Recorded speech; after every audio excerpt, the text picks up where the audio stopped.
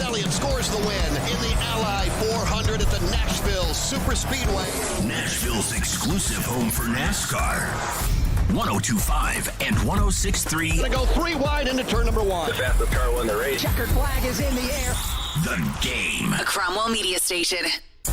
Where you have a voice. He had a competent coaching staff. You just play terrible and you keep playing. And we have strong opinions. What a whiny freaking crybaby response.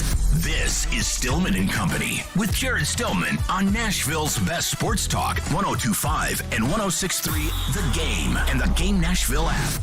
Stillman and Company, 102.5, 106.3 The Game, streaming live on Twitter, Twitch, YouTube, Facebook Live. Thanks to Superbook Sports, live from the Hiller Plumbing, Heating, Cooling, and Electrical Studios. TD, 1 hour from now. We were supposed to be at the Sounds today. We are not because they have a doubleheader, so be excited about that. If you were wondering, hey, are you guys at the Sounds today? We are not at the Sounds today. We are rooting for the Sounds against the Norfolk Tides today in a doubleheader, and that means great seats available, great tickets available. Apparently, we've turned into Florida, where it rains for about an hour every day. I don't know if you guys have noticed that. Ian's here today. Hello, Ian. What up, what up? We have a very, very special show today, but as we have been lately, we start with the main topic of the season. This is DeAndre Watch 2023. And the latest, Charles Robinson, Yahoo Sports NFL insider, was on with Robbie and Joe, as he always goes on with Robbie and Joe. And Robbie asked Charles Robinson, what is taking so long on DeAndre Hopkins? And let me say this, I kind of want to know the same thing too. I am kind of getting frustrated on the DeAndre front. What is taking so long, Charles Robinson? I mean, I don't think he's delaying it. I think the teams are delaying it. I think that what we talked about the last couple of weeks, has come to fruition, which is the money's a problem, given where he is at this point. And I think it's all breaking down the way we thought it was with DeAndre Hopkins. No one's in overdrive to run out and sign him, especially not for the Odell number that's out there, 15 million plus incentives. And, I think I said last week, there's a possibility that this gets to training camp or close before, anyone really circles in with him, or unless the numbers change. Okay, so Charles Robinson is saying, hey, it's not DeAndre that's holding up the process. It's the teams that say, no, we're not going to go to more than that. And I have to give the Titans credit here, because I think in my head about the anxiety that I have internally right now with the wide receiver situation, with DeAndre Hopkins being out there, with the fact that there are no other receivers outside of DeAndre Hopkins, and it makes me nervous. We talked with Fitz yesterday, and we were talking about, okay, if you're at 12 now, is it really worth the $3 million that you would save not to get to 15? Now, we don't know how much money the Titans are offering DeAndre, and we don't know for sure if DeAndre is looking at the 15 with Odell, but it has been repeated enough that he's looking for the 15 with Odell that it seems pretty obvious, as Charles Robinson said, DeAndre wants to get out there, but nobody's interested, neither the Patriots, the Titans, and all the other made-up teams everybody's talking about that have not offered DeAndre a contract, that he's sitting there thinking, please, somebody offer me a contract that I'm worth. And I have to give the Titans credit, because I think about the old man. I think about the GM Floyd Reese, and I am reminded of the Jadeveon Clowney sweepstakes. And just because Clowney was an unmitigated disaster does not mean that DeAndre will be an unmitigated disaster if the Titans were to acquire him. But I remember that whole process, and it felt somewhat similar. I'm not going to say it felt eerily similar, but there are a lot of similarities. For starters, he's a Vrabel guy from Vrabel's old team, the Texans. And so if anybody would know about the question marks surrounding this guy, and there are question marks surrounding DeAndre, just like there were question marks surrounding Jadeveon, Vrabel would know. The Titans are in there. There's another team that's in there. I remember the Clowney sweepstakes. The Jets and the Saints and the Ravens were the teams that were in there with the Titans. Now, I didn't want to sign Clowney. I didn't think they needed to sign Clowney. I never liked Clowney. So I didn't have any anxiety about what are they going to do if they don't sign Clowney. I did have Joe Rexrode and Corey Curtis saying every day that if the Titans signed Jadeveon Clowney, they'd be back in the AFC Championship game, which didn't happen. But I didn't feel that way.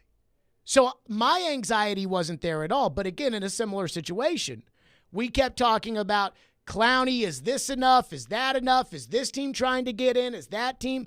And every time, Floyd kept saying, if we're going to do this deal, and he didn't want Clowney either, but he kept saying, if we're going to do this deal, we're going to do it on my terms. And at the end of it, when it was the end of training camp and Clowney was looking for a deal and there was still no team out there, Floyd kept saying, I'd offer him minimum salary. I'd say, if you want to play, minimum salary. We'll give you incentives to get up to it, and that's what we'll do. But he never moved off the idea. From March of 2020 until Labor Day, he never moved off, no matter how many times the Titans were mentioned, about Clowney and a reunion between him and Vrabel. He never moved off what he would do, which is, this is how much money I'm willing to offer you. Now go around, see if you can get something better. And if you get something better, good for you. But this is what I'm offering you. Belichick is doing that. Albert Breer reported earlier this week that if Hopkins is going to sign with New England, they're going to do it on Bill's terms. So Bill is doing that. The Titans have a rookie general manager and a head coach who I don't think really knows what he's doing when it comes to personnel. I think he's thrown into the fire here. And so I have to give the Titans credit, no matter how crazy it is driving me, to think about the fact that DeAndre Hopkins is out there, that they've obviously made a substantial enough offer to DeAndre to get him to come here on a visit, and a substantial enough offer to get him not to sign in New England when he was there. And I'm sure the Patriots tried to put pressure on him, like somebody puts pressure on you when you go visit a car dealership about, are you sure you don't want this Acura today? And he still passed on it. And the Titans are still in the mix. But my anxiety of looking at the receiving core and saying the best they can do is Treylon Burks, and he is far from a sure thing. And I'm optimistic about Burks after the offseason that he had and the dedication that he had to the offseason program and the way he looked in OTAs and minicamp and the shape he looks in. I am optimistic about Burks. But outside of that, I mean, it's Westbrook-Akina, and not to say that he sucks, but we know what he is. The Titans didn't even tender him a contract. They let him hit the free agent market, and they signed him for $1.2 million. That means nobody wanted Westbrook-Akina. They signed Chris Moore for $1.3 million. Nobody wants him. You all got hot for Kyle Phillips because he had a nice little training camp. I'm sorry, I care about the real games. So I'm not sold on him, and I'm not even sure Racey McMath belongs on an NFL team. And that's their wide receiver group. And so it makes me sick to my stomach thinking about this season when I think the Titans are in an incredibly winnable division, and I think the Titans are, for the most part, filled up everywhere else. Could they be better on the offensive line? Sure. Absolutely. But they've got a tight end, they've got a receiver, they've got a left tackle, they've got a left guard, they've got a right guard, they've got a right tackle, they've got a running back, they've got a quarterback. They just don't have that wide receiver. They've got a defense. It makes me sick to my stomach thinking about the idea that DeAndre's there, and it's you and the Patriots, and that's it. And he's got his number, and he's just sitting at home scrolling his fingers on Twitter, waiting for somebody, waiting for his agent to tell him, hey, Tennessee's called. They're willing to meet the 15. And that you can have him, and that the difference might be $3 million, $4 million. And yet at the same time, I keep thinking about the GM. I keep thinking about the Clowney scenario.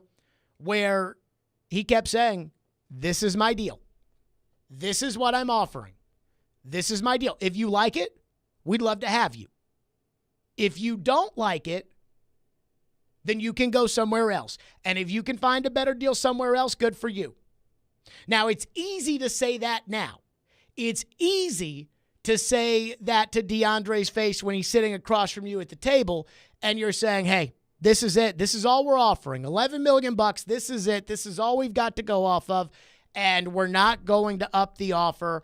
And we're not going to get to 15. We'll incentivize you a little bit. We're going to have some hard incentives to get to. And so you'll really have to perform you'll have to be DeAndre in order to get that money, blah, blah, blah. It's easy to say that now. When you get into the season and you're playing Pittsburgh like you did 2 years ago, and you lose the game because Racey McMath fumbles the ball, and you lose the game because on fourth down, Nick Westbrook-Akina doesn't run the required 12 yards, when you know that DeAndre Hopkins can get himself open and make one catch as well as anybody in the NFL, that's when it's going to hurt. Just like it's easy on draft night to say, A.J. Brown wants too much money, A.J. Brown's knees are an issue, A.J. Brown's attitude has taken a turn for the worse, A.J. Brown's Twitter is too much, he's becoming too demanding, his agent is playing the game, and we can just trade him and draft the next A.J. Easy to do that. When A.J. scores 3 touchdowns against the Steelers and you don't have a passing game, that makes it a little bit harder. But again, if I had to pick, whose philosophy would I rather give into? My own anxiety, my own fear of the wide receiver group that the Titans have put out in front of us, or Floyd's philosophy going back to Clowney, I would go with that. So I'm going to give the Titans credit that they have not jumped the gun, that they have not let that $3 million compromise the values that they began this process with. But it's easy to do that this time of year. It's going to be much harder when it's the New Orleans Saints, when it's the LA Chargers, and you've got to try to score points against a team that has Chris Olave and Michael Thomas, or Mike Williams and Keenan Allen. It's going to be a lot harder then if you don't have somebody else to do that. So my anxiety is still at an all-time high as far as the receivers and DeAndre and the difference in the money. And I'll say this, if I owned the Titans, it would be very difficult for me because you know that we'd be checking in with our general manager and coach, and we're not going to tell our general manager and coach what to do, but we are going to keep an eye on it. And normally what I think happens with these relationships, I don't think it's as simple as the general manager goes to the owner and says, I am not giving DeAndre $15 million. I think it's more so the owner says to the general manager, where are we with DeAndre? Well, we've offered 11.5. We've given him some incentives to get up to 15. He says if we give him 15, he'll sign. I don't think it's worth it. I think we can wait this out. I think we can get him. And the owner says, but he'll take 15 and he'll take the deal? Yeah. That is the GM saying to the owner, if you're willing to go to 15, we can get it done. But I don't think we have to in order to do it. It's like a real estate agent with a house. And so if I owned the team and Rand Carthon or Mike Vrabel told me, all you got to do is get to 15 million. That's it. And then you've got that receiver spot taken care of. It'd be very hard for me not to do it. But I spent enough time with Floyd to know that, well, we'd be better off with them running the team with his philosophy than we probably would be with mine. And so it does seem like the Titans are doing the right thing when it comes to DeAndre, and that it's not DeAndre that is holding up this process, as Charles Robinson pointed out this morning. It's the teams that are not budging at all. 615-737-1025 is our phone number, 615-737-1025. A consistent source close to DeAndre talks about where he may go, how long it may take, and I think what he says is bad news for the Titans. And then that makes me nervous again with all that anxiety. It comes all right back. 615-737-1025. We'll get to that next. 615-737-1025. You can watch us streaming live on Twitch, Twitter, YouTube, and Facebook Live every day. And our video streaming is brought to you by Superbook. Download their app today and use promo code THEGAME. And be sure to catch the Rackley Roofing 200, the Tennessee Lottery 250, and the Ally 400 on 102.5 and 106.3 The Game, June 23rd through 25th. By the way, I saw that the Ally 400 sold out. Very cool. Isn't that like 100,000 seats or something? I mean, these NASCAR stadiums are freaking gigantic. So, I mean, that's good for them. Our coverage is presented by Richmar Florist, a top 100 florist company in the United States and a proud sponsor of the Nashville Superspeedway. With the first pick in the NBA draft. The stars of tomorrow in the association will take center stage tonight with the NBA draft. I wanted to be in the NBA, but this is unbelievable. Our coverage begins at 6 o'clock. On 102.5 and 106.3 The Game and the Game Nashville app. Heard that phrase, less is more? Well, at Harbor Freight, it's more for less. That's why everything in our store is priced affordably. Whatever you do it for less at Harbor Freight. And now when you buy a Hercules 20-volt battery and charger for $119.98, you get to choose a select Hercules 20-volt tool to go with it for free. Yep, more for less. Harbor Freight. Offer and pricing valid in-store and on in-stock items only from now until June 30th. While supplies last, selection varies by location. Cannot be combined with other discounts or promotions. Free tool limited to select items only. Hey, it's Jared for PhD Weight Loss. I used to work out like crazy, but only see minimal results. But ever since I started the PhD Weight Loss program last month, I've seen the weight start to fly off. I've been on it for 6 weeks now, and I'm already down 17 pounds. And those are 17 real pounds. PhD Weight Loss is great because they send me 85% of the food, and even when I'm traveling, like I have been the last 2 weeks, I easily take all my food with me. It's really simple. Soups, cereals, oatmeals, protein powder. It's great. I have a great coach in Rachel who's helped guide me, build a nutrition program for me, and motivate me, all while holding me accountable. And I love that there are no pills, injections, or any kind of gimmicks. It's real food, and it's a real lifestyle. And that equals real weight loss. They've got a guarantee. If you don't get within 5 pounds of your target weight by the end of the program, PhD will continue to coach you for free until you do. Visit myphdweightloss.com to get started today. That's PhD Weight Loss, myphdweightloss.com. This year, Boys and Girls Club of Middle Tennessee celebrates its 120th anniversary. Through time, BGCMT continues to evolve to enable all young people, especially those who need us most, to reach their full potential as productive, caring, and responsible leaders. Because of your continued support, BGCMT has remained strong and is committed to supporting our youth and solidifying our mission and culture in new exciting ways for 120 years. Visit bgcmt.org today. Are you drowning in credit card debt? Want to get cash out of your home's equity? Loan Pronto can do it now in less than a week. Hey, Willie Donick here. That's right. Loan Pronto's Equity Express line of credit just got even faster. You can get $50,000, $100,000, even $200,000 in as little as 5 days. You don't even have to touch your primary mortgage. You can keep that 3% rate intact. Get just the money you need and pay off all those credit cards or get that home improvement project started. With this revolutionary program, you can access up to 90% of your home's value, and in most cases, there's no appraisal. Stop paying insane interest rates to the credit card companies and get tens or even hundreds of thousands of dollars in cash in as little as 5 days. Call Loan Pronto now for the even faster Equity Express line. 615-499-5780. That's 615-499-5780 or go to loanpronto.com. 615-499-5780. Equal Housing Lender, NMLS 1661781, subject to lender approval. Want to see our smiling faces? You can watch us on Twitch, Twitter, YouTube, and Facebook Live. We are good to go. Presented by Superbook Sports, voted #1 sportsbook in Vegas. Strong opinions and a strong personality on your drive home. This is Stillman and Company on 102.5 and 106.3 The Game and the Game Nashville app.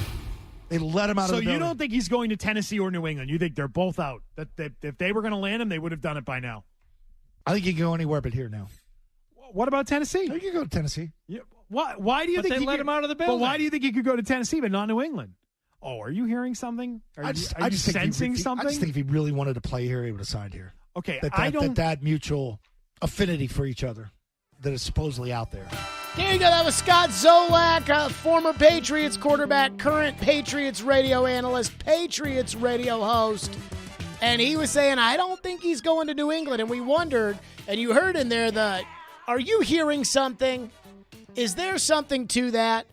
And so when it comes to the DeAndre watch, what we know is the Titans have made an offer, the Patriots have made an offer, nobody else has made an offer. DeAndre's sitting on his couch. He's waiting for the offers to get higher. And apparently there's the tweet he sent out about, I promise I'll make your wide receiving room easier. But other than that, we have no real concrete news on the DeAndre front.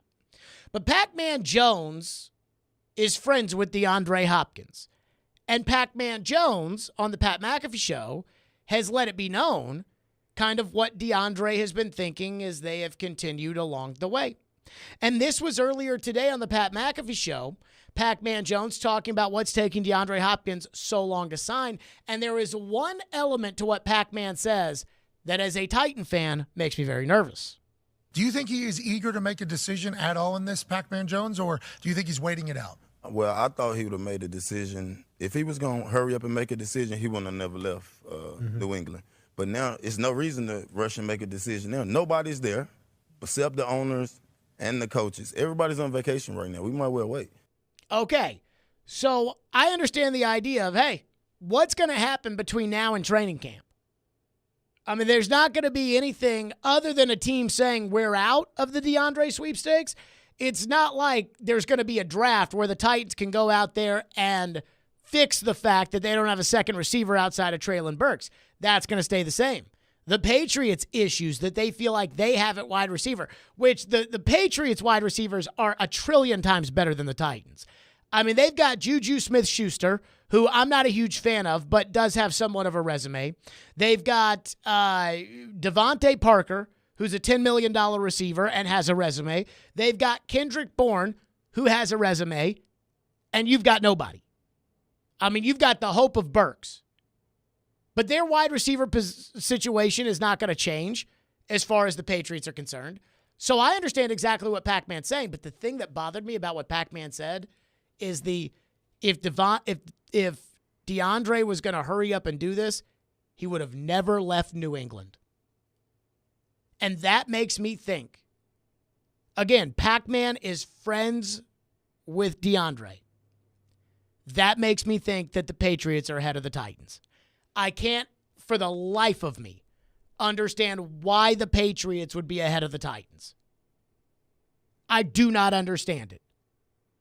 I can't even think of one positive that makes the Patriots a better option for DeAndre Hopkins than the Titans, unless it is the Patriots, an organization that is traditionally viewed as cheap, unless they're willing to raise the stakes above what the Titans are willing to raise, which is embarrassing if that's true.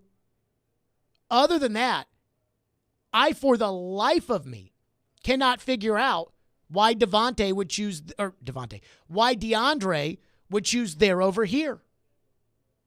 But the fact remains the fact that Pac-Man Jones, who's close with DeAndre, said, well, if he was going to hurry up and do this, he would have already signed with the Patriots.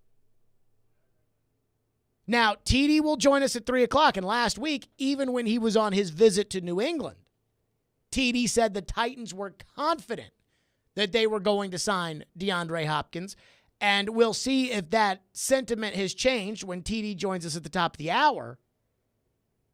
But I cannot... If he goes to the Patriots over the Titans, which is the whole point of taking multiple visits, which is the whole point of having multiple offers. Like, I'm falling into the agent's trap every step of the way. But if he goes to the Patriots, if you want to go to Kansas City and take less money because you want to win a Super Bowl, or you want to go to Buffalo and take less money because you want to win a Super Bowl because they have Josh Allen, fine. If you're willing to go back to the Texans, which came out a couple of weeks ago that DeAndre was, he's willing to go back to the Texans, then winning doesn't seem to be that big of a deal to me, but that's fine. If you're willing to take less money to play with Mahomes, or take less money to play with Lamar, take less money to play with Joe Burrow, I can't argue that Tannehill's a better quarterback than those guys. But the Patriots? A cheap organization? with a head coach who's going to make you do things his way. I mean, this coach is going to make you do things his way too, but that coach is more of a stickler than this coach. With an offensive coordinator who compared you to Aaron Hernandez, who told you to leave your baby mamas at home, with a quarterback who's even more unproven and viewed differently than Tannehill, with a team where you'd have to share targets with two legitimate tight ends, Hunter Henry and Mike Gesicki, legitimate receivers like Devontae Parker, Juju Smith-Schuster, a free agent signing. I'm sure that they're probably going to try to get him the ball. A state that taxes your income, unlike here. Bad weather, tough division. And Pac-Man says if DeAndre was willing to forego the anxiety that I'm sure he has. I mean, that text that tweet that he sent out there earlier this week about, I promise whoever's wide receiver room I go to, I'll make everybody's life easier. That, to me, that showed the anxiety that he had sitting on the couch thinking, I want this to be over with. I want this done. Here, let me see if this changes something. That's what I think that was.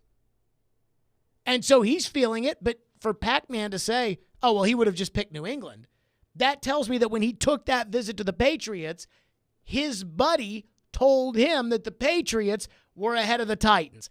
And that I don't like. That bothers me. The fact that he could pick the Patriots over the Titans. Tom Brady's not the quarterback anymore, and DeAndre knows that. So maybe it meant nothing. Maybe Pac-Man hadn't talked to him. Maybe Pac-Man just, thought, oh, yeah, Patriots, because that's all anybody talks about. You flip on the TV on ESPN, and it's, what's the latest on DeAndre? And they don't have any updates that we haven't already broken down ad nauseum. But it's always like he went out there and he visited the Titans. And the Patriots are the two teams that he's gone out and seen. But when Pac-Man said, well, if he was just going to do it now, he'd do the Patriots, I don't like hearing that. 615-737-1025. I see your phones. We will get to them. 615-737-1025. And there's one team, when it comes to this, that everybody will not shut up about. We'll get to that next. 615-737-1025 is our phone number, 615-737-1025. Hey, be sure to tune in for Sounds Baseball tonight on 94.9 The Fan at 5:35. It's a doubleheader as the Sounds take on the Norfolk Tide, the AAA affiliate of the Orioles, in a doubleheader. Sounds Baseball on 94.9 The Fan, presented by 312 Pizza Company, Farm Bureau Health Plans, and Family Leisure. Every day we are live and local. I think Vanderbilt is steady, disciplined. It's been so long since Tennessee's gotten out of the first weekend. And your source for Nashville sports. I don't mind going to another team. You want to know what the coaching staff's going to look like. We are Nashville's best sports talk. 102.5 and 106.3 The Game and the Game Nashville app. At the law office of Amanda J. Gentry, we are committed to defending your rights. Being arrested doesn't have to be the worst day of your life. Being served with custody paperwork doesn't have to be the worst day of your life. It may feel that way, but if you have Amanda J. Gentry representing you, you can feel confident that you're going to have the best quality representation in all of Middle Tennessee. Amanda J. Gentry goes wherever justice demands. 615-604-6263. AmandaJGentry.com. Hey y'all, it's Courtney with Parman Tractor and Equipment. Warmer months have you working overtime? Be sure to visit Parman Tractor and Equipment for all your New Holland tractor and bush hog needs. Swing by our store at 3570 Dickerson Pike in North Nashville or give our sales team a call. We're now offering 0% financing for 72 months on select New Holland tractors. Get the brands you trust from a local dealer like Parman, always ensuring totally outrageous customer service. Visit ParmanTractor.com for the best deals on equipment, New Holland tractor, bush hog, and more. Because we work so hard for our customers, people are driving for hours to shop at Genesis Diamonds right now, taking advantage of the lowest interest rate on the planet. 0 interest for 5 years with nothing down. How about a $6,000 GIA certified diamond for just $100 a month? Pear shapes, rounds, even oval diamonds are all included. You can even finance the sales tax. All designer jewelry and all lab-grown diamonds included. Don't miss this amazing opportunity. 5 years, 0 interest financing, exclusively at Genesis Diamonds, Green Hills and Cool Springs. Approved credit, see store for details. The team at Mercedes-Benz of Music City have done it again. Here's Edwin Vickery to explain. 4-time recipient of Best of the Best. Less than 10% of the dealers in the country receive this award. How did you do it? We say culture, eat strategy for lunch, because we can strategize all we want, but unless you have the right culture and chemistry in the dealership, it will not work. Live the dream at Mercedes-Benz of Music City, mbofmc.com. 94.9 The Fan is your home for Hit City. Your Nashville Sounds continue their 6-game series at First Horizon Park tonight against Norfolk. Swing and a miss, strike 3. Sounds win. Pre-game at 6:20. On your home of Nashville Sounds baseball. 94.9 The Fan and The Fan app. What's happening in Nashville? This is Scott Van Pelt. You're listening to Nashville's best sports talk, ESPN 102.5 The Game. Look, it always comes down to money in professional sports. Look, we always talk about fit. We talk about chasing championships and being around great people. I think it's always going to come down to money, and I'm not going to speak for DeAndre Hopkins and where he's at with his money and whether or not he wants more of it, okay? But I would say from a fit perspective, look, he has said he wants a quarterback who can elevate others around him. He wants a great GM, and he wants a good defense. Well, if I'm advising him and I'm looking at those 3 factors right there, I mean, Kansas City's your spot, isn't it? I mean, they have a GM head coach that are in lockstep with one another, a young football team that's coming off of a championship season, the best quarterback that maybe we have seen of the past 30, 40, 50 years when it's all said and done, and a defense that is young and improving and on the upswing that has just gotten better this offseason with the additions that they've made. I don't know what else you're really looking for. So if I'm talking to him, I'm going, hey, look, DeAndre, obviously you could go to New England and jump right into a system with Bill O'Brien that you basically played in your entire career in Houston and had some of your very best seasons. So you would hit the ground running, and Mac Jones would welcome you with open arms, and you respect Bill Belichick, and Bill loves you. So look, there's obviously that one as well. But man, if you're just looking at the trifecta of what he's looking for, I don't know how you can't advise him and push him towards Kansas City if the money is right. Lewis is just going to gloss over the Titans there, right? Like, not even going to talk about them. I think he should go to Kansas City. Now, he could go to New England. They got Mac Jones and Bill O'Brien, and they got but what about the Titans, Lewis? But this is not about the Titans here. This is about Kansas City. And I keep hearing this when it comes to DeAndre. Every time I turn on TV and they talk about DeAndre Hopkins, it's some analyst that, oh, please go to the Chiefs. Chiefs. And every time I'm like, I'm not sure the Chiefs make a lot of sense. Let's remember, the Kansas City Chiefs tried to acquire DeAndre Hopkins before the draft. Odell Beckham signed his contract, and then DeAndre wasn't willing to play ball in the neighborhood that the Chiefs were offering him a contract.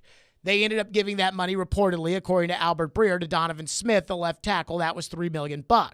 Then they drafted Rashee Rice in the second round. So now they've got 2 young receivers, and Rashee Rice and Sky Moore, plus Kadarius Toney, whom they really apparently believe in. And considering what he did in the Super Bowl, it does make sense that they would be optimistic about Kadarius Toney, and they already have Marquez Valdez-Scantling out there. So I'm not going to say that the Chiefs are set at receiver because they're not the Cincinnati Bengals, but they're also not the Tennessee Titans. They've got receivers. In fact, they were looking to add a body at receiver. DeAndre was the body they wanted. DeAndre turned them down, and then they decided to draft Rashee Rice. So I asked my buddy Jason Anderson in Kansas City, who does the midday show there on Sports Radio 810, and I texted him and said, any chance Kansas City gets back at the Hopkins sweepstakes? He texted me back and said, only if the price falls to them and they've already extended Chris Jones. Now, let's get to the Chris Jones thing in a second. Let's put this off to the side. And I said, well, wouldn't a Jones extension hurt? Because they would have to pay Jones more money. Jones missed the mandatory minicamp in Kansas City. He's got $19+ million due to him this year. A new contract. I want to say Simmons got somewhere in the ballpark of $24-25 million to sign. So a new contract for Chris Jones, who does not have a fifth-year option hanging over his head, who I guess you could argue has 2 franchise tags that Kansas City could use hanging over his head, but not very likely.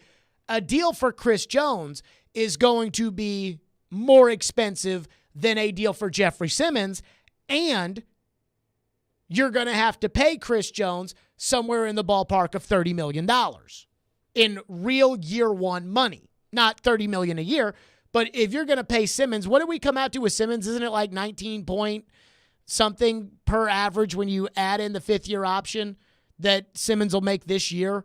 That it's somewhere in the 19 or 17, somewhere around there.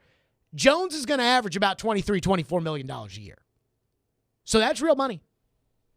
And I said, so wouldn't a Jones extension hurt? And Jason Anderson says they would lower the cap hit this year, and they only have like $1 million right now. Now, I love Jason. I worked with him a decade ago, but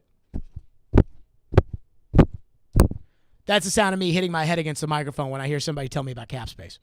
They only have like $1 million right now, and they're still going to sign somebody else on the defensive line. Brett Veach wants $5 million available to start the year to use during the season. Jones' cap hit this year is like $30 million. They could drop it to around $20 and could use that space on Hopkins with a lot of not likely to be, what's the E? Earned. Not likely to be earned incentives that would go on next year's cap. Well, first of all, if you're going to give him a bunch of not likely to be earned incentives, there's a pretty good chance that he's not going to earn those incentives. So when you come to DeAndre and you say, we'll give you $4 million, but we'll give you all these incentives. If you catch 800 passes this year, we'll give you $8 million in not likely to be earned incentives. He's not going to say yes to that because he knows it's not possible. So keep that in mind. But here's where I disagree with that sentiment. If Kansas City really wanted DeAndre Hopkins, then they would have already extended Chris Jones to make the cap space that everybody thinks that they need right now. My guess is Kansas City is choosing not to create the cap space at this point because they don't want their quarterback, who is on a team-friendly deal, to come to them and say, hold on, wait a minute. We have the money for DeAndre Hopkins and we're not going to go for it? My guess is if Mahomes walked into Andy Reid's office and he said, hold on, we've got a shot for DeAndre and we're not going to go for it. I mean, I'm talking to DeAndre right now. He says that he'll take $12 million to play here. He'll take 15 from everybody else, but he'll take $12 million here. They've got to look at him and say, well, you know, the cap. We can't do it because of the cap. Now, I would like to think that Mahomes is smart enough to know that the salary cap in the NFL can be finagled any way you'd like to finagle it because it's fake. But I do see that as something that Kansas City's probably willing to do. And I love Jason Anderson. He's a good man. But people like that are willing to get in front of the microphone and say, oh, we can't sign him because of the cap. The cap. And because of that, Kansas City's not going to sign him. Whereas my guess is Kansas City's probably looking at their payroll saying, all right, if we pay Jones, it's going to cost us $30 million in cash. We'll be at a payroll of $270 million. Plus, we've got to sign, another defensive lineman. Plus, we want to keep some cap. Now we're talking about $280, $290 million, and now your payroll's right there with Buffalo and with Cleveland and Baltimore. If the cap was so fake, though, would they have to be doing all these restructures? Well, I mean, that's the way that it becomes fake. But like last year, they didn't restructure Mahomes. But it makes you pay money. It forces you to pay a bunch of money. It makes you pay the money up front, but it doesn't change any of the money that you were already going to pay. But it forces you to change your strategies if you want to. Does it? Probably. How? Well, what if they want to find a way to do Hopkins? Now they got to find a way to either pay the extra money or... There's no extra money you have to pay. It's the same money. Like the Titans can't afford DeAndre Hopkins right now as far as that cap is concerned, right? You mean the Titans? Right, because they're in have the like $8 million range. And yeah, he's just gonna under want, 8. Okay. Well, I just restructured Harold Landry's contract. Now we have the money. Yeah, but now you have to move the money ahead. Right? Well, I have to pay it to Harold, but, I mean, that was still the money that I was going to pay Harold anyways. When? Was he going to get it if you don't restructure? He was going to get it in, well, I don't know if the Titans still do this or not. Would it be this season or next season? This season. It would be this season? Yeah. Just it would just be the same money they were going to give him. throughout the season? Right, but the Titans, I don't know if they still do this or not. The Titans were one of these organizations, like most teams pay in 17 installments. So each game you get a check. The Titans, I believe, pay it in half, and then they give you the second half after March 1st. I don't understand why they do that or how they do that, but apparently that's how they do that. But the money's the same. I was actually thinking about this today. This is where the Titans screwed up on the Byard pay cut. Now is when they should have gone to Byard. Now is when waiting until a player that they wanted comes available. Because they could call Byard in, even though the cap's fake, they could call Byard in right now and say, Kevin, we just need the $3 million extra to go sign DeAndre. Be a team player so we can get DeAndre. This would have been the perfect time. And again, I'm the only person who, I think Caroline agrees with me on the cap, and I think a lot of people agree with the sentiment that I have about the cap, but I think everybody else is afraid to say it's fake because then someone will say, well, but what about that guy? They cut Frank Clark because of the cap. No, they cut Frank Clark because he's not good anymore, and he was owed like $19 million in real dollars. But this would be, if it came out that the Titans asked Kevin Byard to take a pay cut because they wanted to sign DeAndre Hopkins, everybody would say, well, they're doing it because they're trying to fit in Hopkins. And then they wouldn't look like the bad guys that they looked like when they asked Byard to take a pay cut and there wasn't a what's behind door number 2. So if they were going to do that, this is the time to do it. Even though, again, it's still all bullcrap. But that's how they operate. Joe sends in all caps, drag him in. Ian, are you a salary cap believer? I need to know right now. Are you a salary cap I'm a little believer? bit torn on the cap in ways that I understand it's not really a cap. There's just a way, the way it's supposed to make sure everybody spends the same amount of money on their roster. Isn't that kind of what the salary cap is supposed to do? Yes. So I don't know if it's technically doing that. If it's working the way it's supposed to be working. Well, it's working the way it's supposed to be working, but it's not working the way that a cap is supposed to work. So it's just, I do feel like the cap forces you to do things you normally wouldn't do if there was no salary cap. Like what? I don't know. Would you have to restructure contracts if there was no salary cap? Would it matter? What? As far as what you do as far as owners and how they have to pay money up front and how they have to make sure they have the money to give at that exact moment? Well, if money's guaranteed, it's guaranteed. They already have to send that money off anyways to sit in a bank in escrow. Remember, that's the big fear about the Joe Burrow contract with the Bengals is that the Bengals may have to write a $300 million check to send to New York to sit in escrow, and the Bengals may not have $300 million in cash. So teams would have vastly. I do think the rosters would be different if there was no salary cap, and teams would be acting differently. See, I think it's exactly the way that it is intended to operate. Like when Andrew Brandt says about the cap that they had those meetings, and in those meetings they said we need to put a cap on cash over cap, and that the Stan Kroenkes of the room no, we're not doing that. Jimmy Haslam is not interested in that. Pagula in Buffalo is not interested in that. And that's why they spend more cash on their roster than every other team in the league. Because the money doesn't matter to Jimmy Haslam. But the money does matter to the poorer owners or to the cheaper owners, i.e. Kraft and Jerry Jones. And what they do is they do it exactly like this. You're the Kansas City Chiefs. You're the defending Super Bowl champions. It's impossible to get tickets to your games because you're so popular. You have this incredible quarterback. DeAndre Hopkins is out there. And you're looking and saying, well, why can't we get DeAndre? And they look at you and they say, the cap. That's why we can't get DeAndre. And yet, Buffalo, who, again, has spent $290 million on their roster, almost $100 million more than you've spent on your roster, talking about the Titans. Buffalo is sitting there as the second leading favorite, according to DraftKings, in order to sign DeAndre.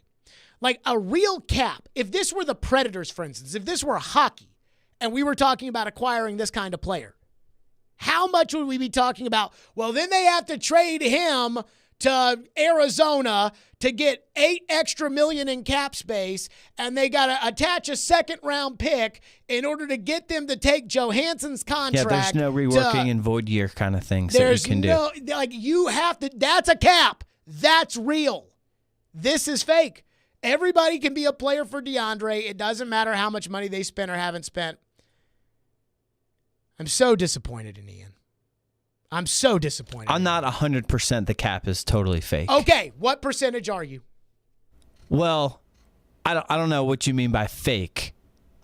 As in, it doesn't cap you from spending money. It's not really doing what it's intended to do at this point. You can buy whatever player you want to buy whenever you want to buy the player. The cap feels real in that it makes you do a bunch of weird stuff to the contracts. Like, Other do I than think that the Kansas City Chiefs would want to give Mahomes his money up front as opposed to paying it over the course of the season? Probably not. But do I think it really matters to the bottom line that we owe Mahomes $40 million and we give him $38 million of it on March 13th? As opposed to giving him $40 million, over 17 paychecks. That's not really. I don't know. Maybe it's different for every team, but it's all bull crap. 615-737-1025 is our phone number. We'll get to your phones. I am very disappointed in Ian. I just want Ian to know that. And I want you all to know that too. 615-737-1025. I do see your phones. We'll get to them. TD at 3 o'clock. 102.5, 106.3. The Game. They fight. Jared, you're how do you know, Joe? How do you know? And fight. And because of that, how do you know that, though? How do you know that? But that's okay. It's Jared and Joe. Every Wednesday at 5 p.m., Jared Stillman and Joe Rexroad debate the big topics in sports. Jared versus Joe. Presented by Pella Windows and Doors and Parman Tractor and Equipment on Stillman and Company. Wednesdays at 5 on 102.5 and 106.3. The Game. It's the first day of the first grade, and she found a new best friend. It's a laid-back Sunday afternoon you wish would never end. The homemade taste of Bluebell and good friends gathered round. The good old days are being made right now. Wake up your taste buds with Bluebell Java Jolt, a delicious pint of coffee ice cream with dark chocolate-flavored chunks and a decadent coffee fudge swirl. It's the jolt you need to perk up your day. The good old days are being made right now. The good old days are being made right now. Look for Bluebell Ice Cream at your neighborhood Food Lion. What's up, everybody? Michelle Knezovic here for Superbook Sports. Bring that big bet energy this summer with Superbook Sports. Superbook Sports is the most trusted name in the sports betting world. And right now, if you use the promo code THEGAME, THEGAME, to score up to $250 with their best first bet bonus. Win or lose, they will match your first bet up to $250 with the promo code THEGAME. Simply visit superbook.com for terms and conditions or download the Superbook Tennessee app in app stores. Gambling problem? Call 1-800-889-9789. When the game goes into overtime, but the game goes into overtime. Bud Light, easy to drink, easy to enjoy. Pick up Bud Light at your local convenience store today. Enjoy responsibly. Anheuser-Busch, Bud Light Beer, St. Louis, Missouri. Does this sound familiar? Did your agent provide excellent entertainment with their TikTok videos and constant social media posts about themselves while completely ignoring that you hired them to sell your home? Did they tell you how wonderful they were? How many followers they had? They probably never sold your home, but hey, they did get 15 likes on their selfies. Hashtag my clients love me. Don't let that happen to you. Google TJ Anderson Homes and see why the only likes we care about are our clients loving our service. Ask us about our prepay with TJ option and how it can save you thousands. TJ Anderson Homes of Benchmark Realty. Office number 615-432-2919.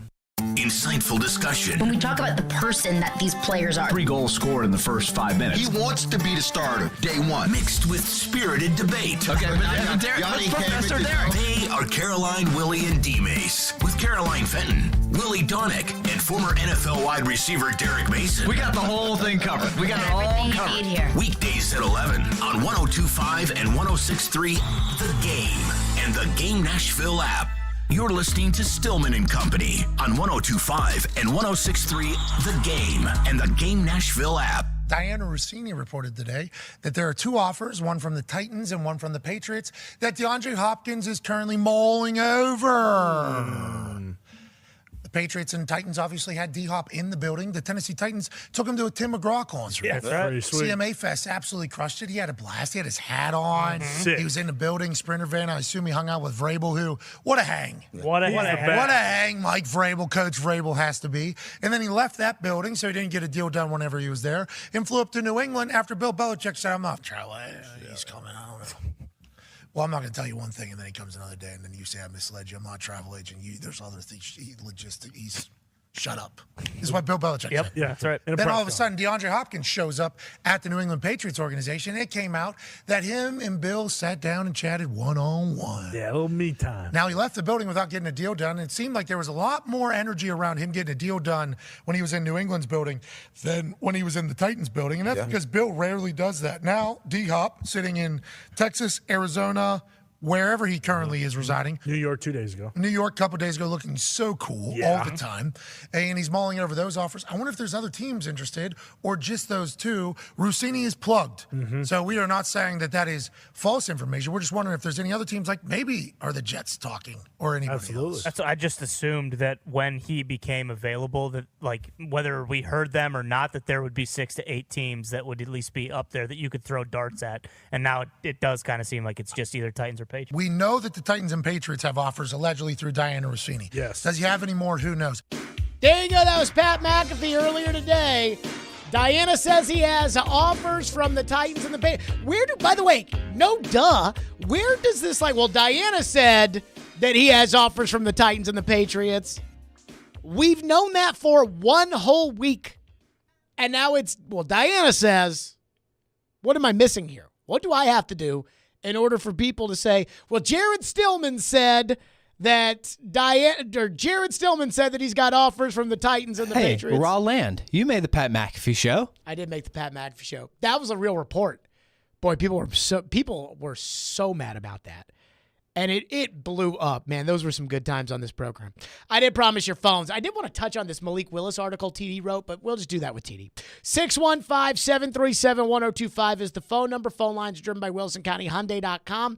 Let me just say this. Mike texts in and says, in reference to Ian, everyone starts stuttering when they defend the existence of the salary cap. I told Ian this during the break, and I love Ian with all of my heart, but I believe we were driving when we were on our family vacation in Florida, and the driver, my dad mentioned something about COVID, and the driver said to my dad, well, that was planned.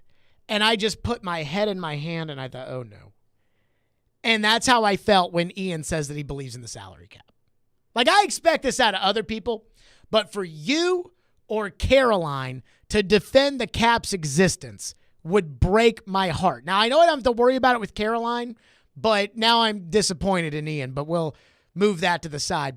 Texter says, just thinking out loud, I wonder if DeAndre's agent doesn't want him to go to Tennessee because he would get more targets in New England. I don't think there are more targets to be had in New England. I mean, Bill Belichick is still going to run the ball. They ran the ball with Tom Brady as the quarterback. You think they're going to not run the ball with Mac Jones? So Ramondre Stevenson is not Derrick Henry, but he is a very capable running back in the NFL. They have 2 tight ends they throw the ball to. Hunter Henry and Gesicki. This is not the Titans who have 1 tight end, and I don't even know if he can block. They've signed Juju Smith-Schuster to real money.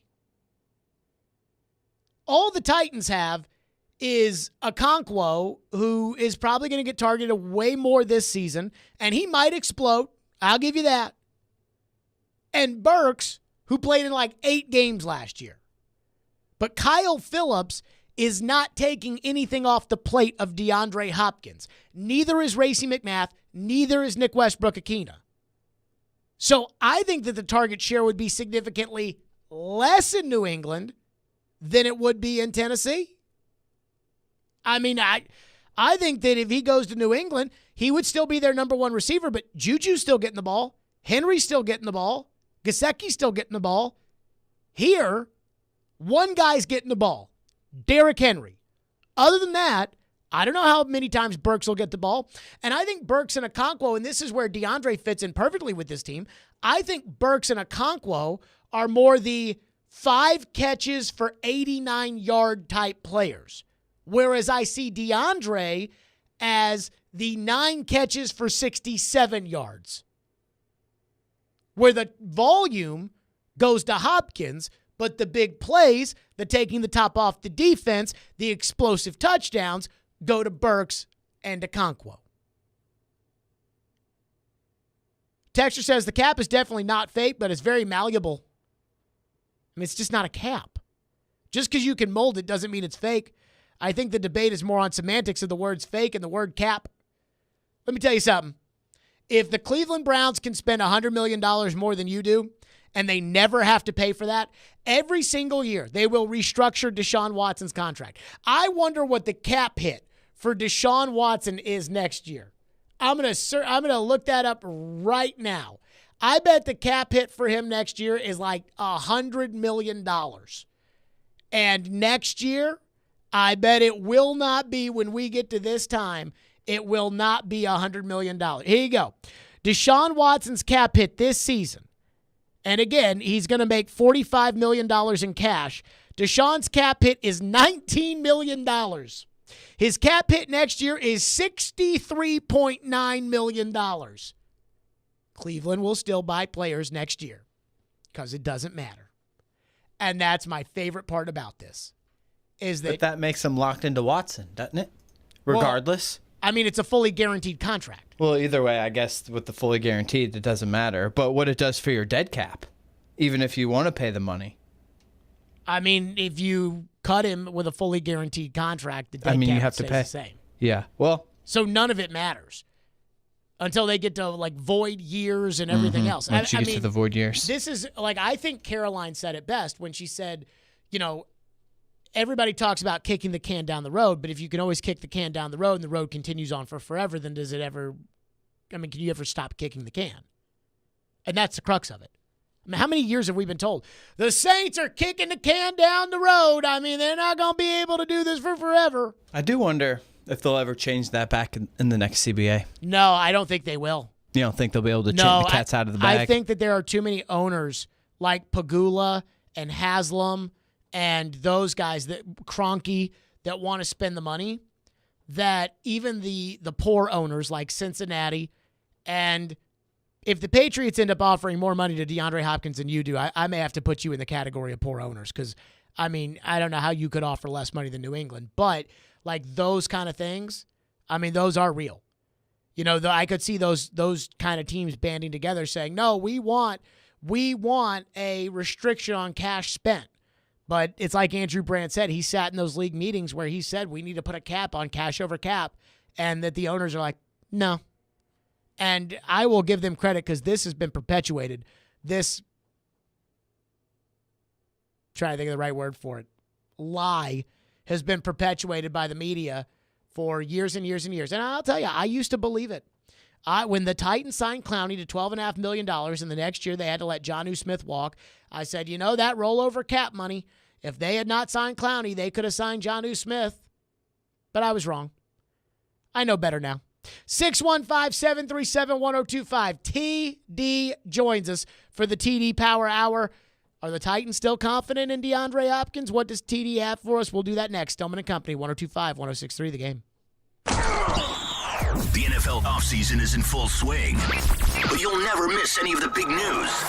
Thanks to Yahoo's Charles Robinson. They know that there's a chance that they're going to have to deal this guy. He's one of the best insiders there is. All of a sudden, he becomes a functional player who we thought was just trash. Join Charles Robinson every Thursday morning at 8 on Robbie and Rex Road, presented by the NFL Alumni Association on 102.5 and 106.3 The Game and the Game Nashville app.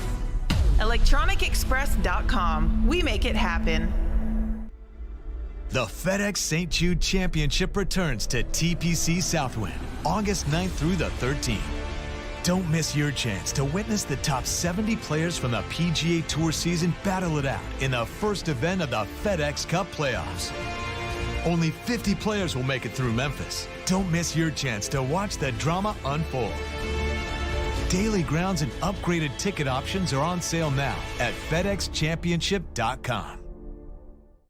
Do you have a VA loan? In this housing market, homeowners with VA loans have access to a ton of instant cash. Hey, Willie Donick here. Do you need cash to pay off credit cards and other high-interest loans? How does a check for 80 or 90 grand sound right now? Loan Pronto is helping veterans every day get the money they need with a quick and easy zero-cost cash-out refi with zero closing costs. With a VA loan, it's really cool because you can access up to 100% of your home's value. That's 100%. Use that money to pay off credit cards, home equity lines, car loan. Consolidate all your payments into one check per month and close in 2 weeks. Most homeowners who do this end up cutting their overall monthly payments by $800. And Loan Pronto's all-digital process makes it fast and easy. They're doing loans with super low APRs, and they love working with veterans. Call now. See what your options are. Call Loan Pronto, 615-499-5780. That's 615-499-5780, or go to loanpronto.com. Equal housing lender, NMLS 1661781, subject to lender approval.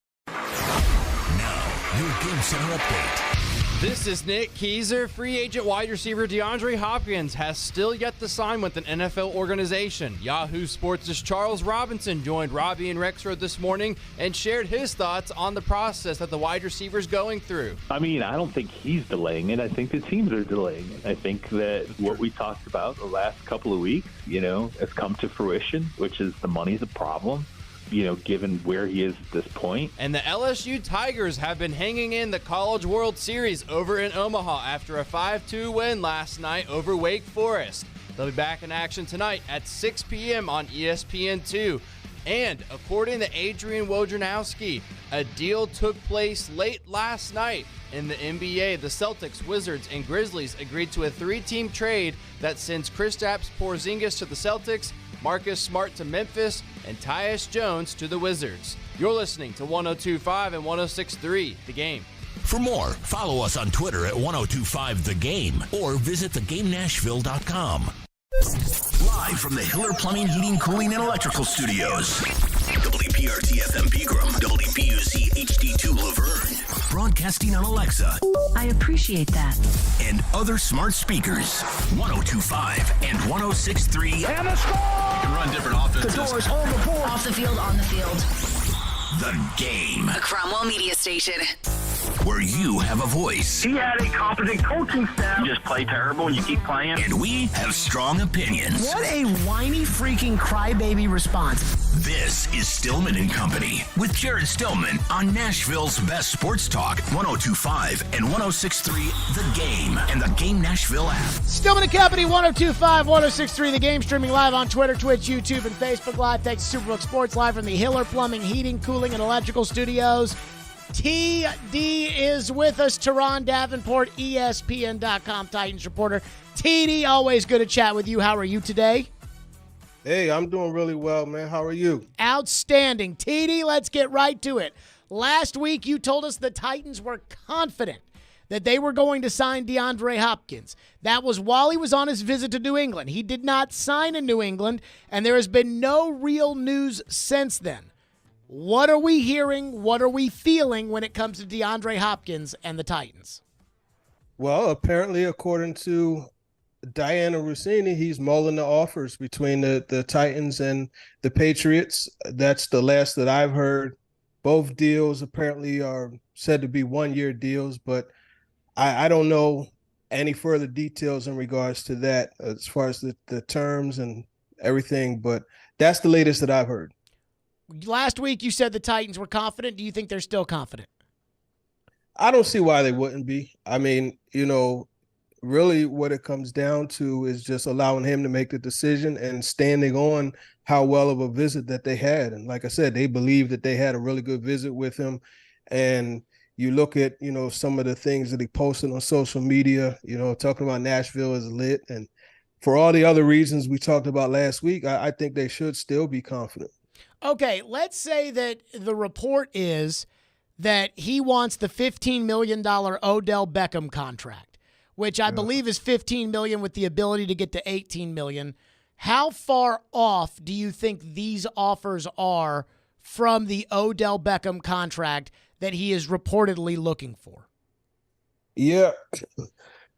Excuse me. I think, this is all conjecture. So, it's not a report, but I don't think 15 million is a number that the Titans would go to be honest with you. It would have to have some incentives, if you ask me. But if you look, like we talked about with the Robert Woods contract, they didn't want to spend 13 million this year for what he gave them last year. So I would imagine that, there's wiggle room up to 15, but I don't think it's close to that. I think to get that 15 is going to be with incentives. And it could be, like you had, Mark Dominoff on last week, and he broke that down really well, and he's 100% right. You could offer him likely to be earned incentives to get it up to that number.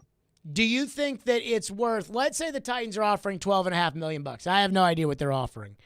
Do you think, TD, that it's worth $2.5 million to lose DeAndre Hopkins when the Titans wide receiving room is really lacking?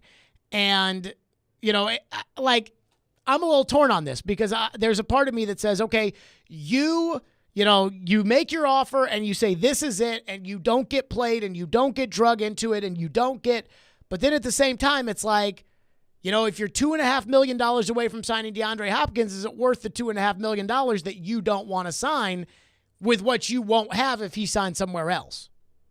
Yeah, I think they're really waiting it out. And I would imagine they have an understanding that whatever offer he could take back to them and they would have the chance to match it. So it's almost like, yes, you're not going to the extreme right now, but do you have the wiggle room to go up to that extreme if the stuff hits the fan? And he's like, hey, I got this offer from the Patriots, giving you right of refusal. Now, that would imply that he would want to come here if he was going to take it back to the Titans for a final offer. Have you gotten that sentiment that he either has told the Titans or that he wants to tell the Titans or that he's going to say, hey, I will bring the Titans back my final offer? No, I haven't gotten that sentiment. I'm just looking at, what is being said as far as him mulling offers. And I think that's, kind of the way I would go about doing it, So no, I haven't gotten a direct report that that's what he's doing. Do you think that Rand Carthon and Mike Vrabel, TD, are looking, because every time I flip on the TV and they talk about DeAndre Hopkins, they always find a way to talk about the Chiefs and the Bills. And the Bills make no sense to me because I think if Stephon Diggs is mad that he's not getting the football enough, the last thing that you want to do is go add DeAndre Hopkins. Yeah. And so I think the Bills are out. The Chiefs, I think they went after Hopkins. They didn't get him. They drafted Rashee Rice. I think they feel comfortable with their wide receiver room. But every time it gets brought up, Chiefs and Bills, Chiefs and Bills, Chiefs and Bills. Do you think that Rand Carthon is worried about the Chiefs or the Bills or the Lions or one of those other teams getting in there to make a play at Hopkins, that the Titans could look at it and say, okay, well, we feel like we're positioned well enough ahead of the Patriots, but maybe not somebody else? Well, again, this isn't coming from him, so I don't want it to get misconstrued as if it is. But I would imagine if they have not gone to that max offer at this point, I would imagine they're not concerned, to be honest with you. So, if there was a concern that another team would come in and swoop him, I would imagine they would have just put everything on the table and said, hey, look, this is the offer. This is what you want. We're going to give it to you. Do you think the Titans will ever go up to 15 on this? That's a good question. I think if they could find a way to finagle it, I think they would. Yeah, because, you think, they were going to go, last year it was what 11 million, 12 million for what Robert Woods did. Like I said, they didn't want to do 13 for what he was able to do. But I mean, you look at what Hopkins was able to do for the stretch that he played. He was one of the most productive receivers in that time frame that he played. They need that position. So I can see them going up because of that. You know what's funny? I brought this up earlier, TD. If you wanted to take Byard, if you wanted to get Kevin Byard to take a pay cut, this is the time to do it. I mean, they obviously can't do it now, but instead of going to him in March or February or whenever and asking for the pay cut, this is when you bring him in and say, hey, we are trying to sign DeAndre Hopkins. We've offered him $11 million. He wants 15. If you can give us 3, we think that might be enough to get us DeAndre Hopkins. Because if they do that, it's a totally different discussion, in my opinion, with Kevin Byard than just calling Kevin Byard in and saying, hey, we want to get you to take a pay cut. Yeah, it's more purpose driven. You can make a statement like that when you are pointing to a very positive outcome, which would be adding Hopkins. And trust me, Kevin Byard knows the player that he is. He had to match up with him multiple times. So I would imagine that that's something that he would do. I have been a little surprised, TD, that I haven't seen the Titan veterans, really outside of what Tannehill said when asked about it at the podium, that I haven't seen the Titan veterans lobby for DeAndre Hopkins, social media, or anything like it. I mean, Matthew Judon did take the picture with Hopkins and then posted that cryptic GM of the Year tweet, but there really hasn't been much from the Patriots. But the Patriots don't have the kind of veteran players the Titans have, in my opinion. Like a Henry or a Byard or they got Hunter Henry, and that's probably their second best behind Judon. And so the Titan players, are you surprised that there hasn't been kind of an effort? Because, let's say the Titans are at 10 million or 11 million, and Hopkins wants 15, and maybe a push from a Henry could get Hopkins to say, okay, I want to play with Derrick Henry. I'll take 13. Didn't Hopkins work out with Henry at some point? I think so, because Henry works out in Texas with the Guru out there. Yeah, because I know Hopkins has spent some time in Phoenix working out with Odell Beckham Jr., but I'm pretty sure that they worked out together also, Derrick Henry and Hopkins. So I would imagine, I mean, there's clearly a relationship there.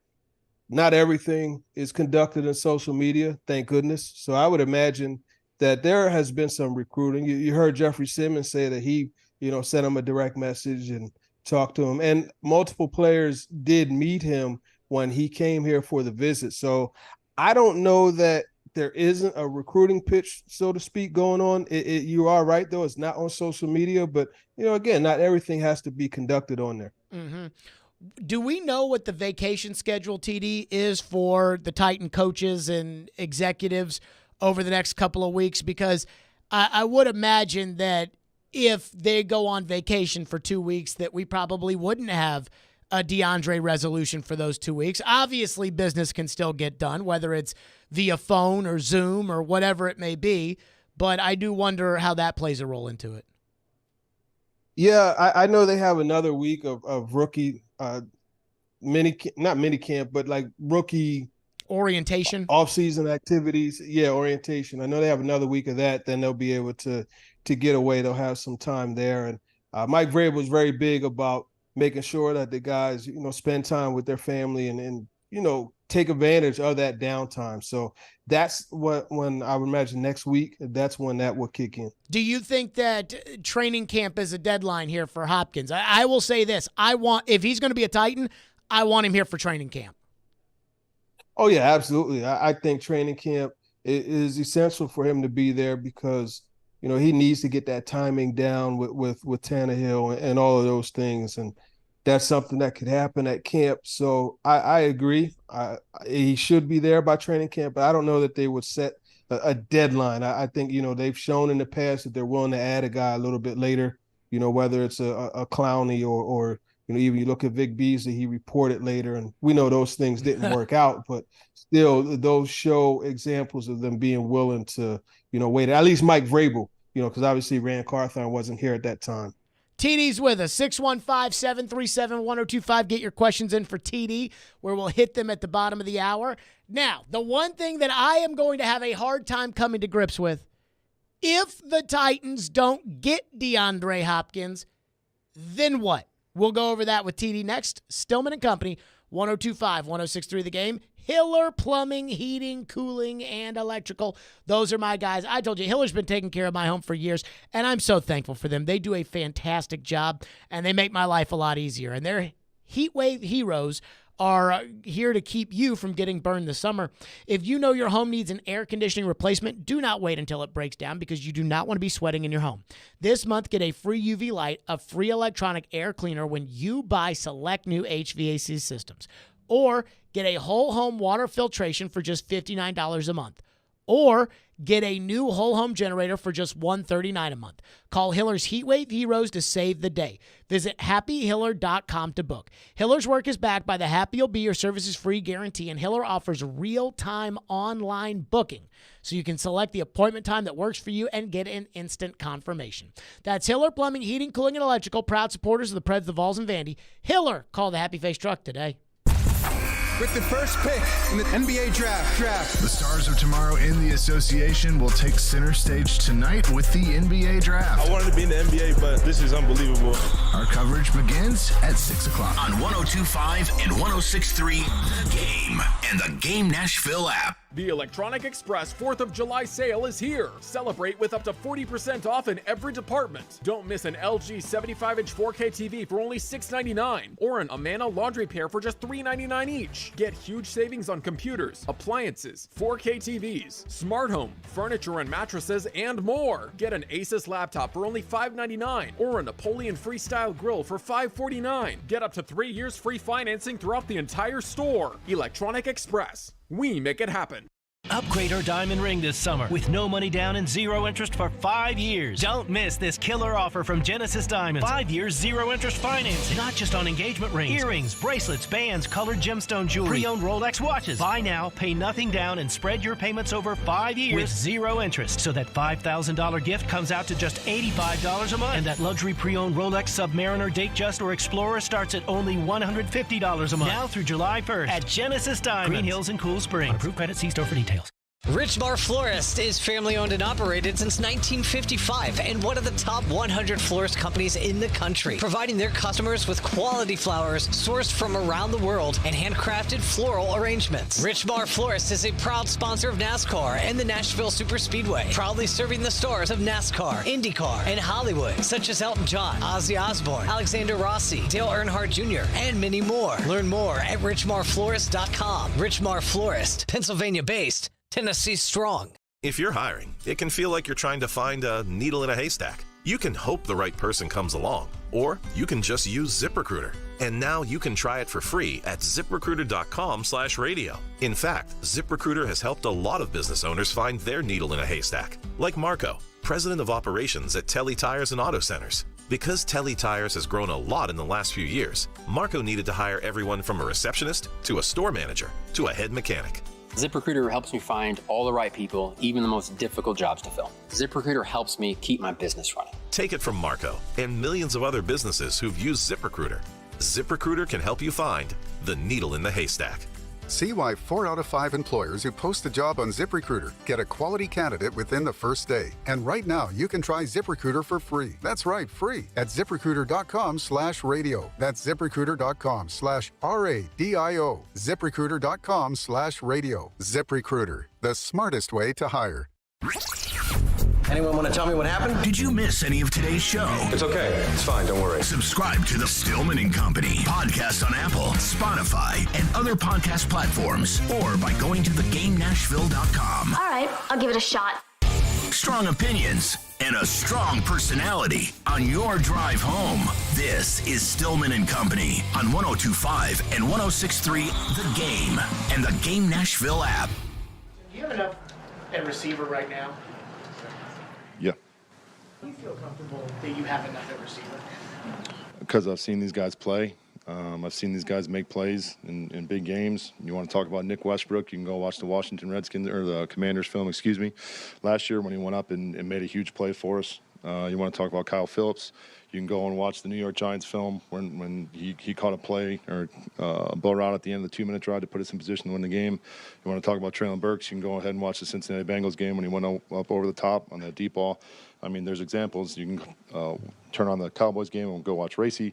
You can watch all the catches that Chris had. There's enough examples of all these guys making plays at this level.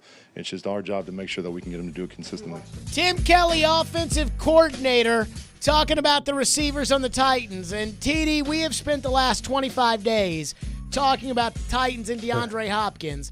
And I have gotten my hopes up to a level that if they don't sign DeAndre Hopkins, I'm going to be very blue.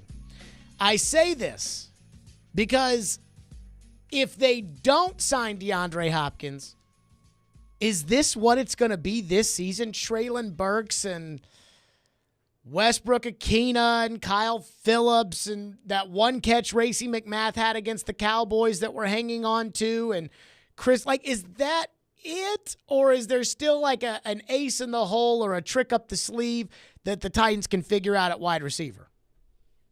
Yeah, you know, the thing that's interesting also is you think back to some of the offenses that Tim Kelly ran, right? 2019, it wasn't just a one-horse race, right? You had Will Fuller, who was fairly productive as well, in addition to DeAndre Hopkins. So you want to look at it and say, hey, maybe this is an offense that doesn't have to have a bunch of premier players and it will work.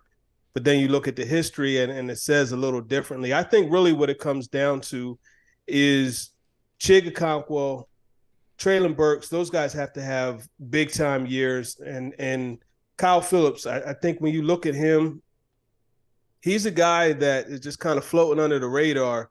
But I think, as I said before, I think he leads this team in receptions. And I think he's an unnoticed part of the offense that I think will be big. So if they don't sign Hopkins, those three guys are going to really have a big part in making this offense work. And honestly, regardless, I think they're going to have a big part whether Hopkins is here or not. But then another thing you look at, and it's pretty cool because, you know, you see this running back position being quote unquote devalued, right? But then you get a guy like Tajay Spears, you know, you bring him in and you do as many things as they're looking to do with him. And I think that could also help the offense just from a pass catching perspective. And it feels to me that they believe that he could be a big part of the passing game. And it's kind of like the player that they wanted Darrington Evans to be. They're hoping that Spears could be that guy. I'm very nervous about the idea of Kyle Phillips, you know, of counting on Kyle Phillips. Because he didn't do it last year. Well, I mean, he had a shoulder injury and a hamstring injury. So, but when he did do it, when he was healthy, though, he was, I mean, you look at that Giants game, as Tim Kelly pointed out, you know, he ran that boat route and he set up what should have been the game-winning field goal. So, and he has, 6 receptions for 62 yards. And then we're talking about the first time he touched the field. I think if you look at him and what he does, he has the potential to be a high-volume pass catcher. Now, is it going to get you 1,500 yards or even 1,000? I doubt it. But it'll still be a nice, reliable slot option, especially on third downs. I don't mind Kyle Phillips being like my fourth option or add him to the group of guys that we'll see about.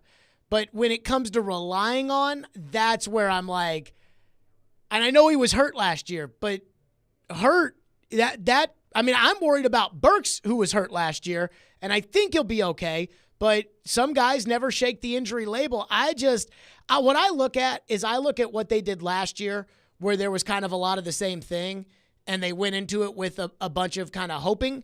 And I feel like if they don't add DeAndre Hopkins, that outside of Chigakonkwo and Burks to a certain extent, it'll kind of be the same story all over again. Yeah, I mean, look, we all know that adding Hopkins would be the best option for them. But, you know, we're talking about if it doesn't happen. I think Kyle Phillips will have an opportunity to step up and, you know, become a really solid slot player. And you look at what he brings to the table.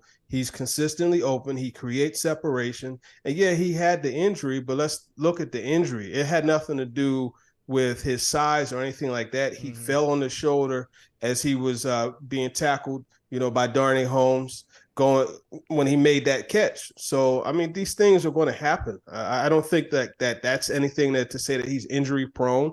And then you look at, a lot of your quick twitch guys, a hamstring is something that happens from time to time. So I don't think he's injury prone either. Obviously, there were those injuries last year that cost him a good portion of it. But I would be comfortable with looking at him as a primary option in situations, right? Third downs, red zone, anything like that. That's where I would definitely rely upon him.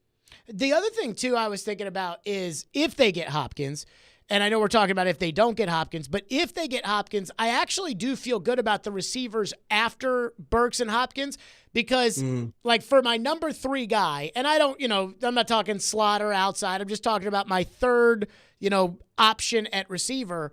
It's like I do believe that given the lack of attention that those guys will have because there will be Chigga-Conquo, Treylon Burks, and DeAndre Hopkins on the field, that between Chris Moore, Nick Westbrook-Akina, and Kyle Phillips, that one of those guys can become a consistent, solid third guy.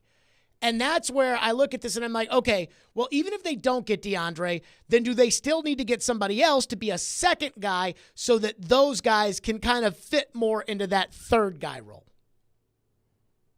Yeah, I think that's the ideal thing is to add a guy like Hopkins so everyone else could settle into their more suitable roles. You hit the nail right on the head. You're 100% right. And even, you look at Racey McMahon. He's not bad to bring on the field every once in a while and take that deep threat, take that deep shot to see if he could draw a pass interference or make the catch. Those are things that you want to take advantage of, those opportunities. But I don't put McMath in the category of a number 3 or a number 4. You know what I mean? He's another, and that's kind of where I envision this receiver core is you have a bunch of situational guys, right?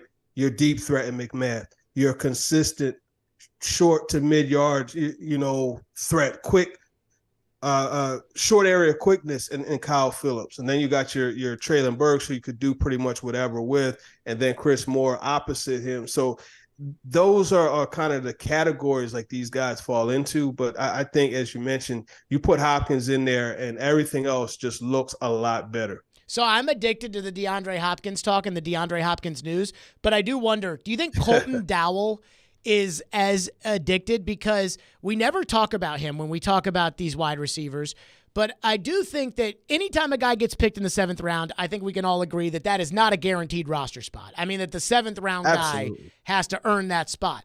It sounds like Colton Dowell has done all the things right so far, and he was a very productive college player, and I do wonder, could he work his way into this group and maybe knock a guy like McMath off the roster? Yeah, I mean, there's always a chance of that happening. I remember way back when the 49ers, they had a guy out of Virginia Tech that they got in the 6th round by the name of Josh Morgan, and he had an outstanding camp. And next thing you know, he was the number 2/number 1 receiver on the team, and we're talking about a 6th round pick. So it's definitely possible. I think it's just going to take a lot more than what Colton Dowell has done now. He has to stand out in every practice. These pads go on, he has to really stand out. Preseason games, he has to stand out. That's the only way for a guy, a 7th round player, to be able to elevate into a steady part of the rotation. And we know special teams is going to be another area where he'll have to kind of cut his teeth and make his mark as a guy that could have an impact. If they sign DeAndre, is it going to be harder for one of these guys to win a special teams job? Because that would, I would assume, would kick Westbrook-Akina back to that gunner role that I know that Vrabel loves him for. It could possibly do that, and then you also have the factor if they keep the 3 quarterbacks, and you look at this rule, the fair catch rule on kickoffs, that could make a guy like, I don't know, you think of a situational special teams player. That could make a guy like a Westbrook-Akina when he was a rookie. That could make it harder for a guy like that to make a roster. So you're right. signing Hopkins is going to make it a little more difficult because there's a lot of other factors that, you're keeping some of these receivers for. TD is with us. Get your questions in, as always, to the text line at 615-737-1025, where we will hit them at the end of the hour. TD wrote a fascinating piece at ESPN.com about Malik Willis, and I have a Malik Willis take that I would love TD's thoughts on. We'll do that next. Stillman and Company, 615-737-1025, 1063 The Game.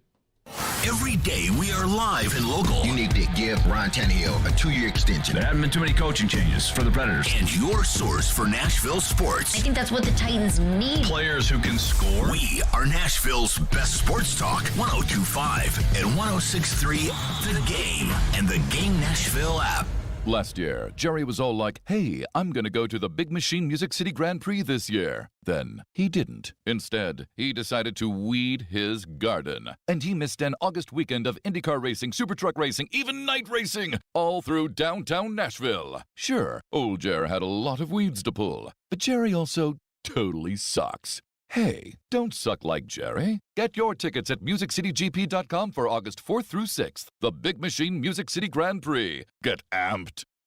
Mom, we're out of potato chips. Teenagers, they'll eat you out of house and home, kind of like health insurance, which can take a big bite out of the family budget. Fortunately, with Farm Bureau Health Plan's Core Choice coverage, we can save $3,600 a year compared to the leading competitor. And we've got better coverage with a lower premium, lower deductible, free telehealth visits, and access to one of the largest networks available. Can we order pizza? Visit FBHP.com or your local Farm Bureau office today. The spring menu is here at Kitchen Notes in the Omni Nashville Hotel, featuring their signature cast iron pie with herb roasted chicken, English peas, carrots, potato, simple greens, and a toasted biscuit crumble topping. Or garden succotash with snap peas, black-eyed peas, roasted peppers, sweet corn, tomato, and caramelized onion. Or try the steak fritas with pan-seared ribeye. Kitchen Notes in the Omni Nashville Hotel, open daily till 2 with brunch Friday, Saturday, and Sunday from 7 till 2. Buffalo Bill's Center of the West in Cody, Wyoming welcomes you as you enter Yellowstone Park's east entrance. 5 museums in one, including a wonderful Plains Indian Museum. Welcome to the West. Buffalo Bill's Center of the West, Cody, Wyoming. More than 80 million Americans depend on AM radio for their news, traffic, weather, sports, and a community connection.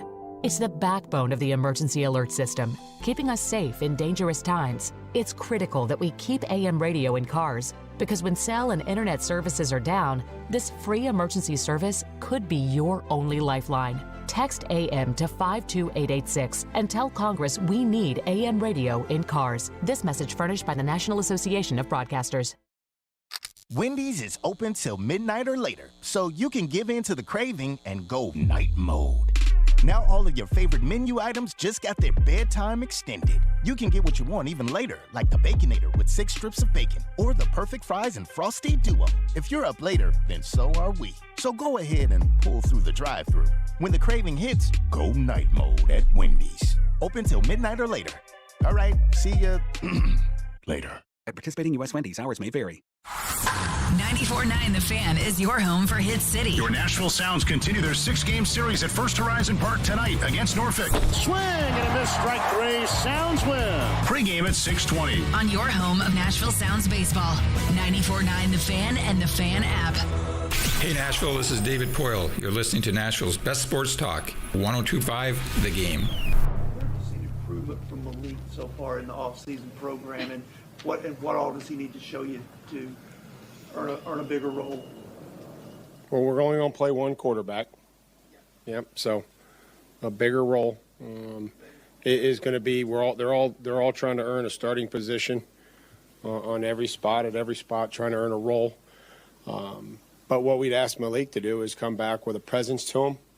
Making sure that when you're the quarterback and 32 NFL franchises, there's a certain demeanor and the way you have to carry yourself and a presence and, leadership. And there's a lot that goes into that other than just delivering the football. You have to be really good at delivering the football and being accurate and making great decisions with it and making sure that it goes where it's supposed to go. And I felt like he did that. He came back and, was into it and, There's certainly a bounce to him, and he's continued to do that. And just early on in the evaluation process, but that's what he's done. There you go. That was Mike Vrabel. And this morning, I've got an ESPN Plus account. So this morning I was on my ESPN Plus, and they've got like a news feed of my favorite teams. And I was surprised to see a football item there. TD wrote an article at ESPN.com about Malik Willis making strides in year 2 amid quarterback battle. TD, from your article, you write, quote, "This version of Malik Willis is a stark contrast from the player who struggled to a 1-2 record through 3 starts last year. That player was unable to register a 100-yard passing game and had more interceptions, 3, than touchdown passes, 0. But those struggles can't all be placed solely on Willis's shoulders." And you talk about the progress that he's made so far. And so I have a thought on this. It was a very good piece. I encourage everybody to read it at ESPN.com. I have a great thought on this as far as the progress Willis has made and what we know about Will Levis. And I think you and I would both agree the deck is probably stacked against Malik in terms of being the backup or those kind of things because of Will Levis's draft status. But yeah, absolutely. And I think the deck is very much stacked against him, but I really respect the way he's come in and handled it. He, from the start, said he wasn't competing against anyone but himself and the previous version of himself. And I think if you just work to get better every day, that's all you could do. You know, you can't go out and see, okay, Will Levis made this throw, now I got to make that throw. Mm-hmm. You know, I think the way that he's approaching it is correct, but you're 100% right. It's really stacked against him because they moved up to get, now this current regime moved up to get Will Levis, you know, and I think that means a lot. But what I was actually thinking about today, here's my Malik take and my Will Levis take, is that the progress Malik has made. Now, we'll see when the pads go on and the preseason games get going. Given the third quarterback rule, does the progress that he's made, does that actually give the Titans the chance to right the wrong that they did to Malik by, if Will Levis isn't ready, sitting him on the bench and having him in street clothes? And if something happens to Tannehill, if Malik has shown that he can be a backup quarterback in this league, then Malik can go in and quarterback a team if the Titans don't think Levis is ready, because from all accounts, and you were there, it does look like Levis needs to make some serious progress once we get into training camp to be ready to play in an NFL game. Yeah, and I don't want to have the article or the different reports that Willis has made progress be misconstrued. Like, I personally, I could speak for myself. I'm not saying put Malik Willis out there and let him be a starter, you know, if something happened to Tannehill.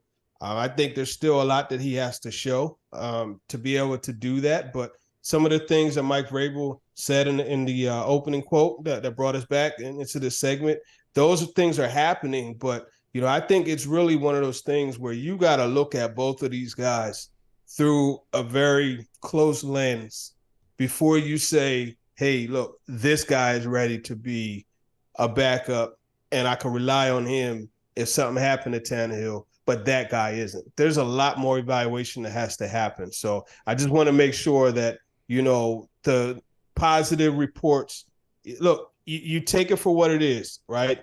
All that we've seen up to this point is what he did last year, and then we've seen what he's been able to do so far. So you just have to take that for what it's worth. And it's not a projection that he will be a backup or even, you know, anything like that. See, I think the Titans did him wrong last year. And yeah, I agree. And that's where I look at Levis right now. And I'm like, you know, if Malik looks, and I think you know, I don't want to put words in your mouth. He looks significantly more comfortable and he just looks better this year and more confident than he did last year.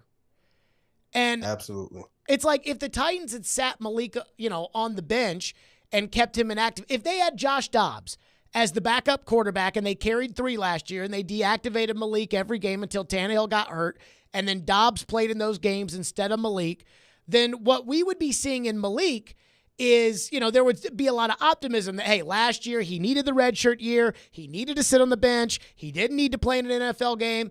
And I think that kind of the sentiment around Malik would be much stronger. And maybe the confidence level in Malik would be much stronger. And I think they set him up to fail. And I look at Levis, And everybody thought that Levis was going to be capable of being a day one starter.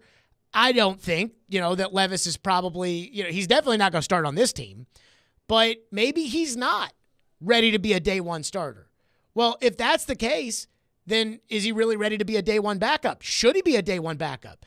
I mean, the last thing I want to do is, say, well, you need to be the backup because we drafted you. The same thing that they did to Malik last year, and then have to deal with picking up the pieces if Levis falls apart in the same situation. Yeah, it's really interesting, the paradigm, how it kind of shifted from last year to this year, whereas last year there was so much hope. Hey, Malik Willis could be the quarterback of the future. Mm-hmm. But then you put him out there. It's kind of like you ride a bike before you tighten up all the pieces, you know what I mean? And then you wonder why the bike kind of fell apart and didn't give you peak performance. Well, you didn't go in and you got it on the road a little too early. And I think that's what happened with Willis. He played a little too early. And that's the results that you got kind of shifted to, oh, yeah, you know what, you got to push him aside. Somebody else is going to have to be the quarterback of the future. So you're right. If he would have gotten the opportunity to just kind of scale it back and watch and get used to the speed of the NFL, then it would be a different story this season. How do you think it'll look in training camp between – I think, again, as we started talking about how the deck stacked against Malik – I think the Titans want Levis to be the number 2 quarterback. That doesn't mean that Levis is going to be the number 2 quarterback, but I think in their hearts they want him to be the number 2 quarterback. How do you think that that's going to stack up in training camp? Do you think they'll start Malik as the 2 and then try to move Levis ahead of him? Do you think that they will, basically look at both guys as young developmental players and kind of treat them equally? How do you think that they'll go about it, and how do you think they should go about it? Yeah, I think they'll start Willis as the number 2, and he'll work with that second group, and then Levis will work with the third, and then they'll kind of rotate it. I think that's, how it's going to go. They'll rotate it according to how they've played, right? How well they've played. I think that's really what you're going to see. But preseason games are going to be interesting because, I think it's an opportunity. If you remember, Tannehill didn't play last preseason, so it could be an opportunity where, Willis gets the first half, Levis gets the second half, and then whoever does the best out of those two will get the first half the following week. And that'll be interesting watching that work out, how these guys are going to play in actual games when the bullets are really live, so to speak. TD, I do wonder your philosophy on the third quarterback with the new third quarterback rule. We all saw the NFC Championship game, and I certainly think as fans we don't want that, especially if it were to be our team. But I think a lot of people have a lot of different philosophies. Some people think don't need more than 2 quarterbacks in a game. That was a fluke situation, and I'd rather have the extra special teamer. I think some teams are going to say, I want a third quarterback no matter what because I don't want to be in that situation. And I think some teams are going to look at their roster and say, well, and I think the Titans are an example of this, or the Texans with Davis Mills, Case Keenum, and C.J. Stroud could be an example of this. And they could say, well, we've got 3 guys, and we don't want to release Davis Mills, so we're just going to carry all 3, and we'll designate a guy the third quarterback on Sundays because we have 3 guys that we'd like on our roster. What is your philosophy on the third quarterback rule? Yeah, I think it's a case-by-case thing, and you're right. Those 2 examples that you pointed out, those are ones that, they would warrant having a third quarterback because you wouldn't want to release Malik Willis, right? You want to continue to develop him.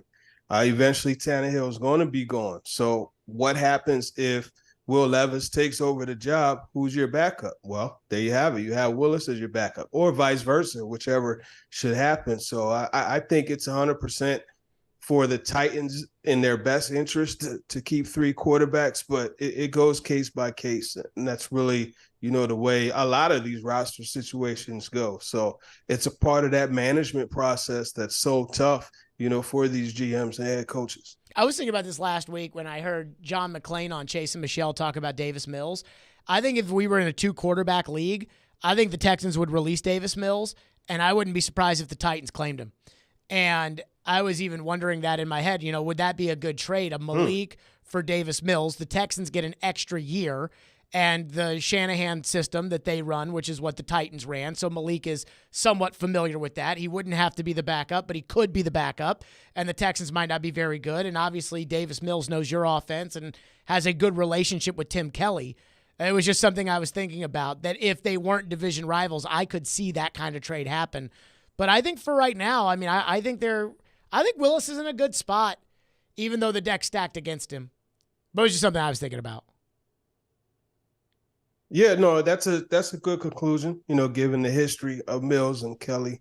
But I agree. I think the deck is really stacked against Willis, and it's just going to be one of those things where you got to hope that the guy is able to deliver under the pressure. And I think, you look at how he's handled things. How tough last year was for him. So you kind of pull for him to be able to work through. You never want to see anybody struggle or have, a lack of success. So you definitely pull for him to work through. And I think if you look at, some of the things like that play that started out that article that posted this morning, the touchdown pass to Mason Kinsey, it showed anticipation throwing.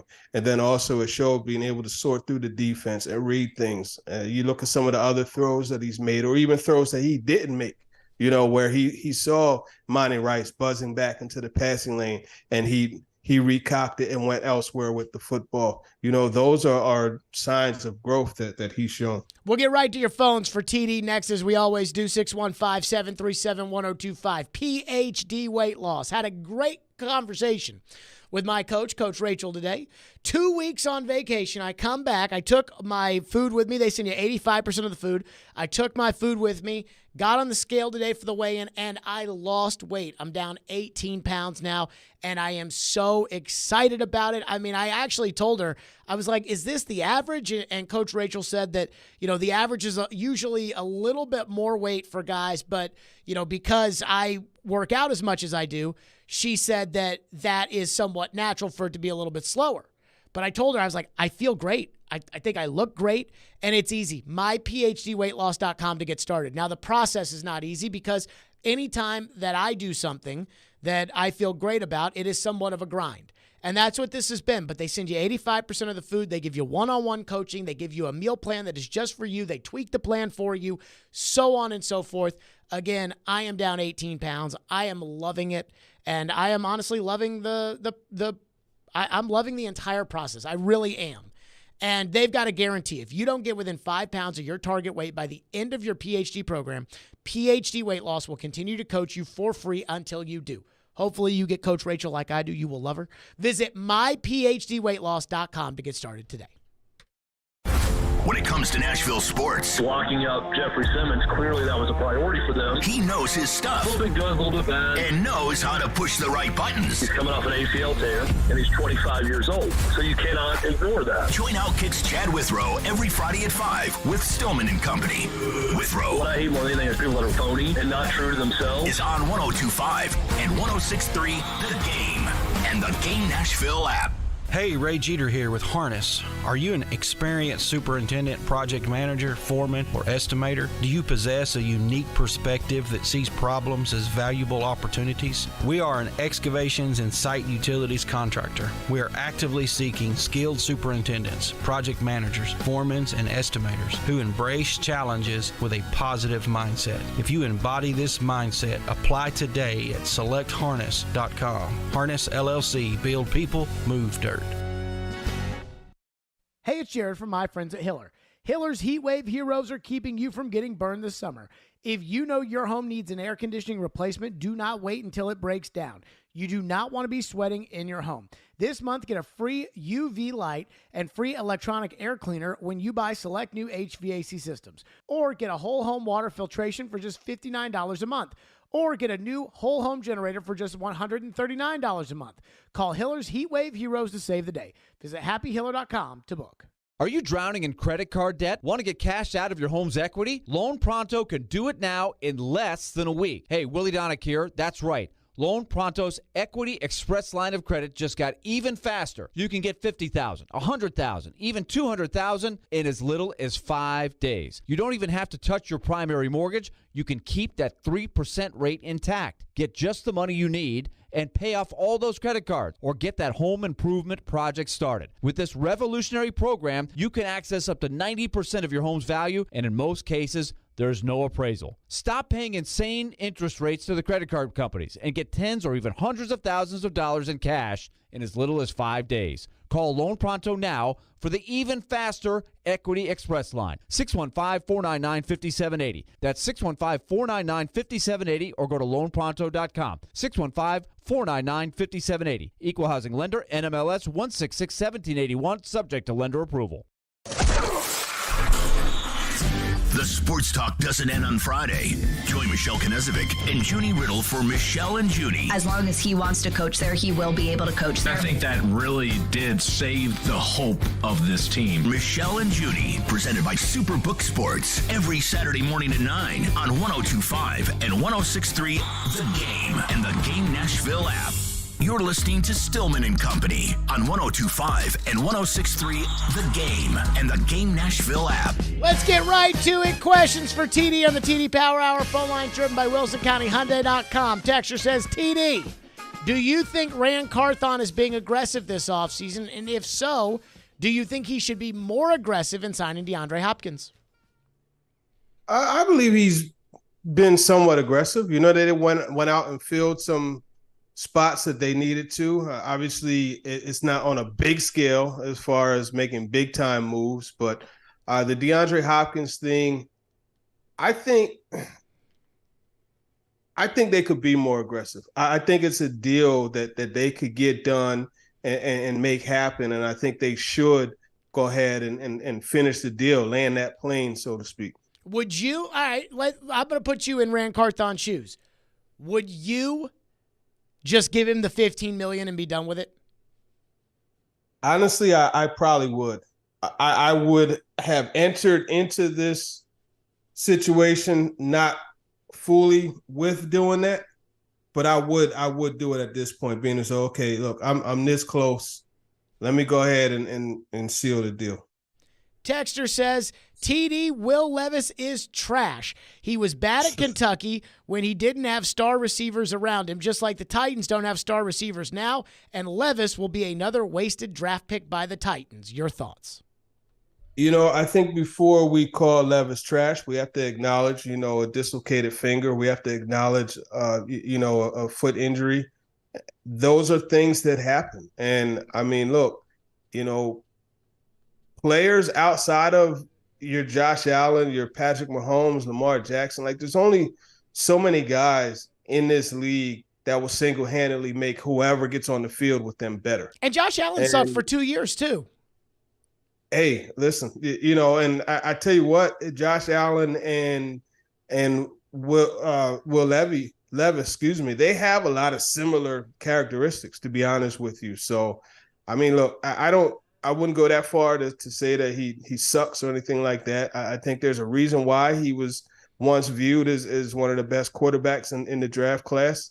And I wouldn't let last year deter you from that. Besides, I watched, and I know you watch a tape too, I watched the tape of the Georgia game where they scored 6 points, and I thought I was going to flip on that tape and think, oh, yeah, he stinks. And I watched that Georgia tape, and I'm like, man, I tell you, I was impressed by Will Levis. And yeah. I think Will Levis has some game. And that doesn't mean that he's going to make it, but I think he's got game. No, I agree. And if you look, there were a series of turnovers that weren't exactly his fault, and I think that's why it's so important to get in. And that's why, if you remember, throughout the process, I was asking Mike Vrabel and Rand Carthon, okay, how do you look at these 23 interceptions over the last 2 years? How do you analyze that? And it's important to do that. And here it is. They went through those with him. Caleb asks, I think this is a good question. If Malik Willis was put in the same situation as last year where he had to come in and play, with the growth that you've seen from him in the offseason, would they make him hand the ball off every play, or do you think Willis has grown enough to where they would trust him to be able to make more throws? I think they would trust him to be able to make more throws. I think he has grown enough to be able to do that. And I think also you look at this offensive line, they're going to be, much more improved from a pass pro perspective. The 71 last year is different from the 71 this year, and I think that alone is enough of an upgrade to make the situation better. I'm going to say this. Go back to that Kansas City game. Malik was not good. I think we can all agree on that.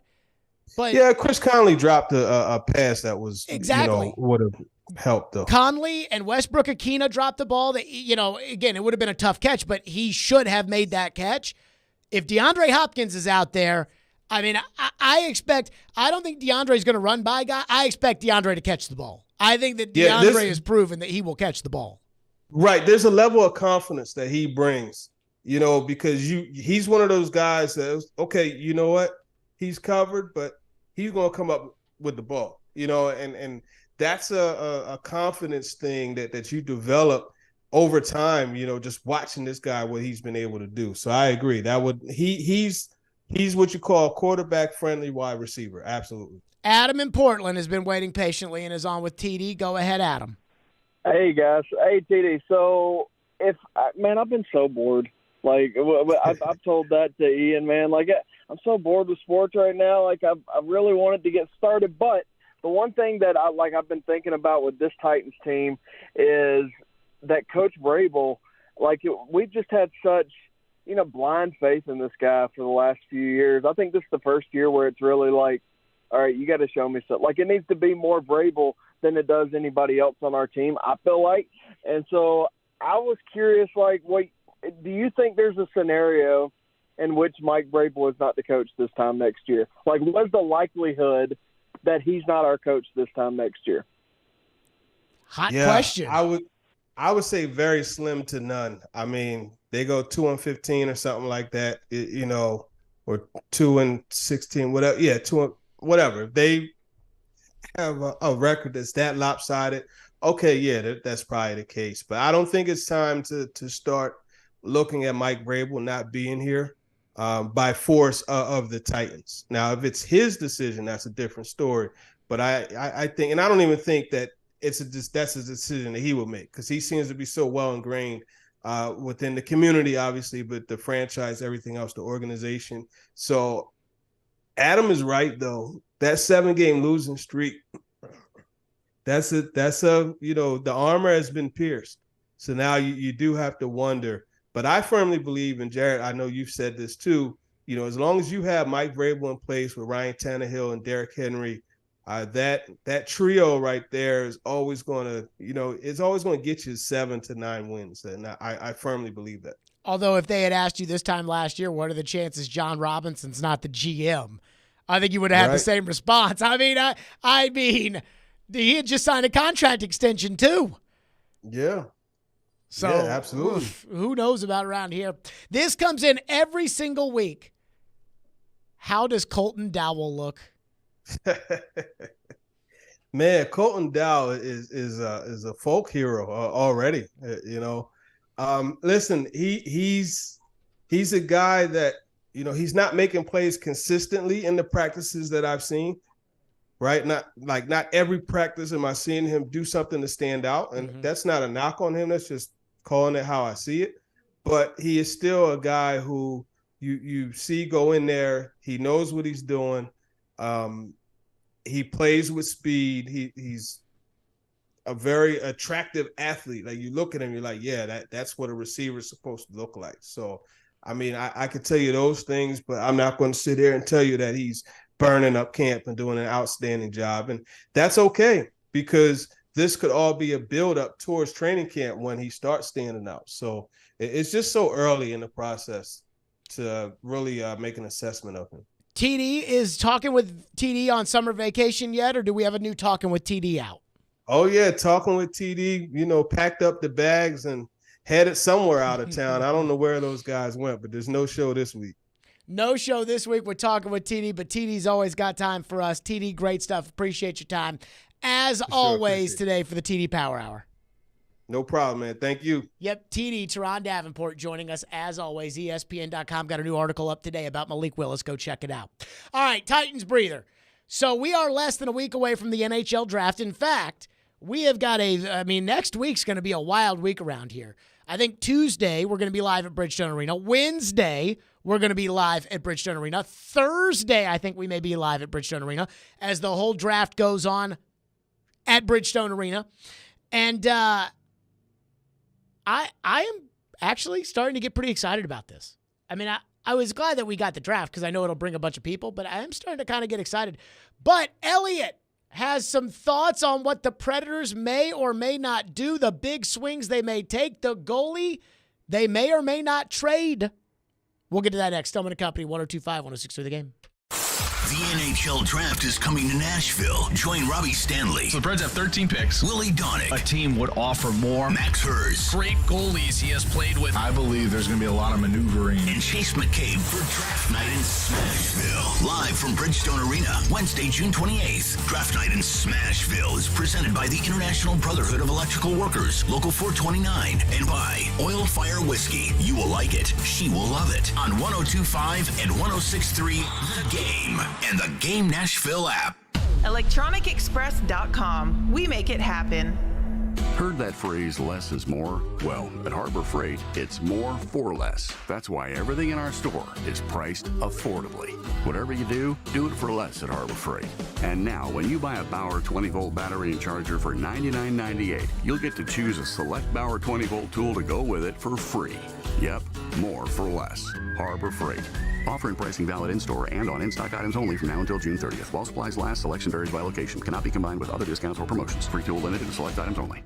Because we work so hard for our customers, people are driving for hours to shop at Genesis Diamonds right now, taking advantage of the lowest interest rate on the planet. 0 interest for 5 years with nothing down. How about a $6,000 GIA certified diamond for just $100 a month? Pear shapes, rounds, even oval diamonds are all included. You can even finance the sales tax. All designer jewelry and all lab-grown diamonds included. Don't miss this amazing opportunity. 5 years, 0 interest financing. Exclusively at Genesis Diamonds, Green Hills and Cool Springs. Approved credit, see store for details. Daniel Tosh is back. Sweet Tea Tour. It is great to be here in America. The greatest country in the world. September 21st, Ryman Auditorium. Late show added 9:30 p.m. On sale Friday, 10 a.m. Online at Ryman.com. Don't miss your chance to see Daniel Tosh. Sponsored by PNC Bank and AXS. Proud partners of Ryman Auditorium. Have you Googled yourself lately? Are there negative posts from an ex-employee or from a former client? Maybe an outdated news article or sensitive personal information about your family? Search engines don't always get it right. But right or wrong, it's your reputation on the line. That's where Reputation Defender by Norton comes in. One of the most trusted names in online reputation repair, Reputation Defender has been fixing people's search results for over 15 years. Their cutting-edge approaches help you to wipe away unwanted information in your search results. They also promote the good stuff so that it rises to the top, helping you put your best foot forward. Your good name is too valuable to leave to the whims of a Google algorithm. Take control with Reputation Defender. You can start by getting your free reputation report card at reputationdefender.com or call 800-401-6681 to speak to an expert. That's 800-401-6681. Now, your Game Center update. Brought to you by the law offices of Amanda J. Gentry. The NBA draft tips off tonight as French 19-year-old Victor Wembanyama is projected to be the top overall pick to San Antonio. Who will go second overall? ESPN's Adrian Wojnarowski on what Charlotte might be thinking. Brandon Miller, I'm told, has been the front runner throughout this process. And nothing yet this week has changed that, but I would still write Brandon Miller's name in pencil in Charlotte. Not quite in pen yet. We're getting closer, but this is a player who, at number 2, I think potentially Charlotte sees as a multi-time all-star level wing player. There's been a handful of NBA trades leading up to tonight's draft. In a 3-team trade, Kristaps Porzingis was dealt to the Boston Celtics, and then Boston traded Marcus Smart to the Memphis Grizzlies. In a deal done this afternoon, the Washington Wizards are trading Chris Paul to the Golden State Warriors in exchange for Jordan Poole and future draft assets. Hear ESPN radio coverage of the NBA draft beginning at 6 right here on 102.5, 106.3 The Game. After falling last night, the Nashville Sounds have some doubleheader action lined up for this evening as they host Norfolk, the AAA affiliate of the Baltimore Orioles. Jeff Hem gets the pregame action started at 5:20 on your home of the Sounds, 94.9 The Fan. This update brought to you by the law offices of Amanda J. Gentry. From the Game Nashville studios, this is Ian Safar. Live from the Hiller Plumbing, Heating, Cooling, and Electrical Studios. WPRT FM Pegram, WPUC HD2 Laverne. Nashville's exclusive home for the Nashville Predators. 102.5 and 106.3. 79-52 Vanderbilt. And I think he's going to coach up by Cheryl. You're going to see more moves. The Game. A Cromwell Media Station. Where you have a voice. He had a competent coaching staff. You just play terrible and you keep playing. And we have strong opinions. What a whiny freaking crybaby response. This is Stillman and Company with Jared Stillman on Nashville's best sports talk, 102.5 and 106.3 The Game and the Game Nashville app. Stillman and Company, 102.5, 106.3 The Game, streaming live on Twitter, Twitch, YouTube, and Facebook Live. Thanks to Superbook Sports, live from the Hiller Plumbing, Heating, Cooling, and Electrical Studios. The NHL Draft is less than 1 week away. It'll be live here at Bridgestone Arena, and that is when player movement starts to happen. Remember, it was the Saturday of the draft, day 2, in which P.K. Subban got traded to the New Jersey Devils. It was the draft where David Poile started talking to the Montreal Canadiens and Marc Bergevin about acquiring P.K. Subban. So the draft is where action starts to happen for the NHL. And with the Predators, we don't know what they're going to do. And we don't know what they're going to do in terms of try to go after some established players and use some of those draft picks to trade for guys that might be good. Although some of these guys out there, I want nothing to do with. Like Pierre-Luc Dubois, not interested. You can keep him. But we don't know if they're going to do that. We don't know if they're going to completely tear it down. We don't know if they're going to try to trade up to get one of these high-end players. I was listening to Elliott talk about this Russian kid who may go number 2 and about how, like, none of the teams know anything about him, like his personality or anything like that. But the big question lingering over the organization is, what are they going to do with the goalie? And it feels like every time we talk about the goalie, it's always like they should trade Saros or they shouldn't trade Saros. And I'm not sure it's that cut and dry. Everybody always wants an answer on everything right away. Are you going to trade the goalie? It's like doctors. You go to the doctor, you've got something wrong with you. Doc, what's wrong with me? And how often are they? Well, we don't know. We're going to have to run some tests. We're going to have to try out some medication. We're going to have to, and every time, I just want to know now. I mean, I bet every doctor at the beginning of the COVID shutdowns was asked, Doc, how long is this going to go on for? They have no idea. None. So if you were to go up to Barry Trotz today and you were to say to Barry Trotz, hey, are you going to trade the goalie? I think he would tell you he doesn't know. I mean, if they call me and they offer me something really good, then that's different than if, they want to offer me a first-round pick. And that's how I feel about the goalie. Am I rooting for the goalie to be traded? I am rooting for the goalie to be traded because that means that they will have had to knock the Predators' socks off with an offer that they couldn't refuse. And Elliott was asked about trading the goalie and how close the Predators came to trading the goalie last year. And here's what Elliott Friedman said earlier this week on Chase and Michelle. I really believe that the Saros calls were initiated by other teams and not by you. I think there were teams that called you. Like when you looked at the way that Nashville did things around the deadline, it was very clear that you were unafraid and you were willing to take bold swings. And when you're doing that, teams call you because they're not doing their job if they don't. They're like, wow, we just saw what you did with Tanner Jeannot, or name one of the other trades you made. What else are you thinking? Like, what else could you do here? And, you know, I think it was a situation where, you know, like teams like the Kings that were looking for goaltending, they called you and they said, would you do Saros? And if so, what would it cost us? So I think there are teams who asked, and I think now there's a lot of goaltenders on the market. So teams are doing their due diligence. They're saying, look, this guy's available, this guy's available, this guy's available. We're going to call Nashville and we're going to say, hey, is their guy available? Because he's a hell of a goalie. My general feeling is that the Predators are not inclined to do it, but if you present them with something that they have to think about, they'll think about it. There are very few players in this league that are untradeable.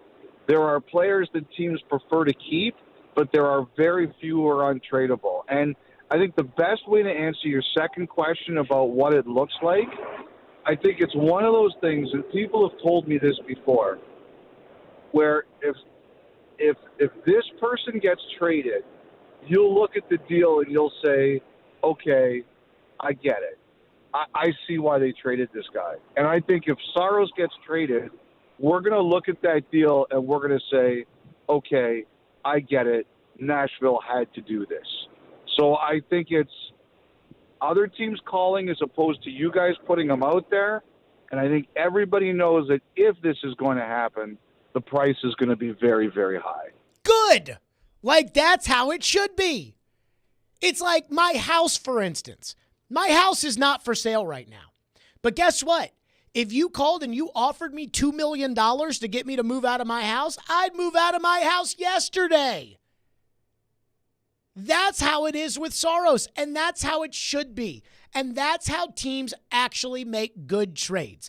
The worst trades come when a team is completely desperate and they absolutely have to pull the trigger, future be damned. And the other part where bad trades happen is when you're in the middle of a fire sale and you just have an everything must go right now. And the Predators are neither. This is how it should be. And if I were to sit here, if we were to be in a meeting and we were to be going over what may happen next week at the draft, because we don't know what Edmonton's thinking. We don't know what New Jersey's thinking. We don't know what Carolina's thinking. We don't know what these teams that may look at a goalie or think that they're a goalie away. We don't know what they're thinking. And if they were to come up to us and say, what would it take to get UC Saros? We better be prepared. We better have an idea of what it's going to take. Now, do we have the Barry cut from when he was on the show when they hired Andrew Burnett and I asked him about, trading the goalie? This is what Barry said a couple of weeks ago when they hired Andrew Burnett about possibly trading the goalie. We can. I'm not saying we won't. I think that's an opportunity, but you need the right dance partner. If someone came to me and said, listen, I'll give you the third or fourth pick in this draft, and if I'm looking for this and this, be it one being one of those goalies, then we have to think about it for sure, because that's your opportunity to get that maybe game-changing centerman. Okay, so this is what it would take for me, and I will say, as far as trading Saros is concerned, here's what this would be my plan. I have a rule of 3. I want 3 things in return. Now, if you offer me something out of this world crazy, then you can offer me one thing, and that may cover all 3. But what I want is I want one young player who's good, one high-end prospect, and one first-round pick that is not lottery protected. If you stink, that's your own fault, and you won't stink with Saros in net because he single-handedly wins enough games to keep John Hines employed for as long as he did. So I want 3. I want one young player, I want one high-end prospect, and I want a first-round pick that is not protected or a first-round pick in this year's draft that is good. And you can substitute in and out of that. If you want to give me one really, really, really good young player, then maybe I'll take that and the first-round pick for Saros, and we'll forget about the high-end prospect because, that young player is an established NHL guy. That's good enough for me. if you want to give me 2 high-end prospects and a first rounder and a second rounder. So now, you're not giving me an established NHL player, but you're giving me 2 prospects and you're giving me 2 more with the picks, then I'll take it. But that's what I want. I want one young player who plays in the league now. I want a high-end prospect who could be a big boy forward or could be a top 4-pair defenseman or something like that. And I want a first-round pick that's not lottery protected. And I would prefer it to be in next year's draft instead of this year's draft simply because I want to spread these picks out. But apparently this draft is going to be loaded. So if you want to give it to me in this year's draft, I'm not going to say no. But that's what it would take. And if no team is willing, that's way too much, way too much, then fine. Saros will be in net for me next year.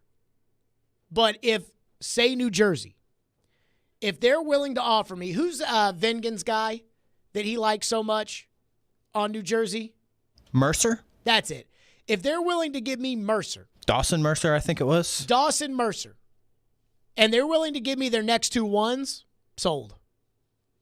If they're willing to give me Dawson Mercer and a high-end prospect, and I have no idea what New Jersey's prospect pool looks like, but they've stunk for forever. It's pretty good, I think. They've stunk for forever, so they have to have good prospects because they've been picking high. And a first-round pick, sold. Done. I'm not committing one way or another. So this is how you should feel about trading the goalie. Do you want to trade the goalie? I mean, what are you offering me? If you're offering me something good, yes. If you're not, no. And that's the position the Preds find themselves in. It is a positive position. It is a position of strength in order to be able to do a deal on their terms. Let's not fall in love with the player. He's a great goalie. He's a good dude. But at the end of the day, he's got 2 more years left under contract, and then he's going to cost you about $10 million. And I'd rather not do that, especially considering that David Poile drafted a goalie, even though you didn't need one with the 11th overall pick a couple of years ago. And that guy's going to need to play in goal, even though they benched him in the AHL playoffs for some unbelievable reason that makes no sense to me. This idea that, well, we have to do what's in the best interest of the minor league team.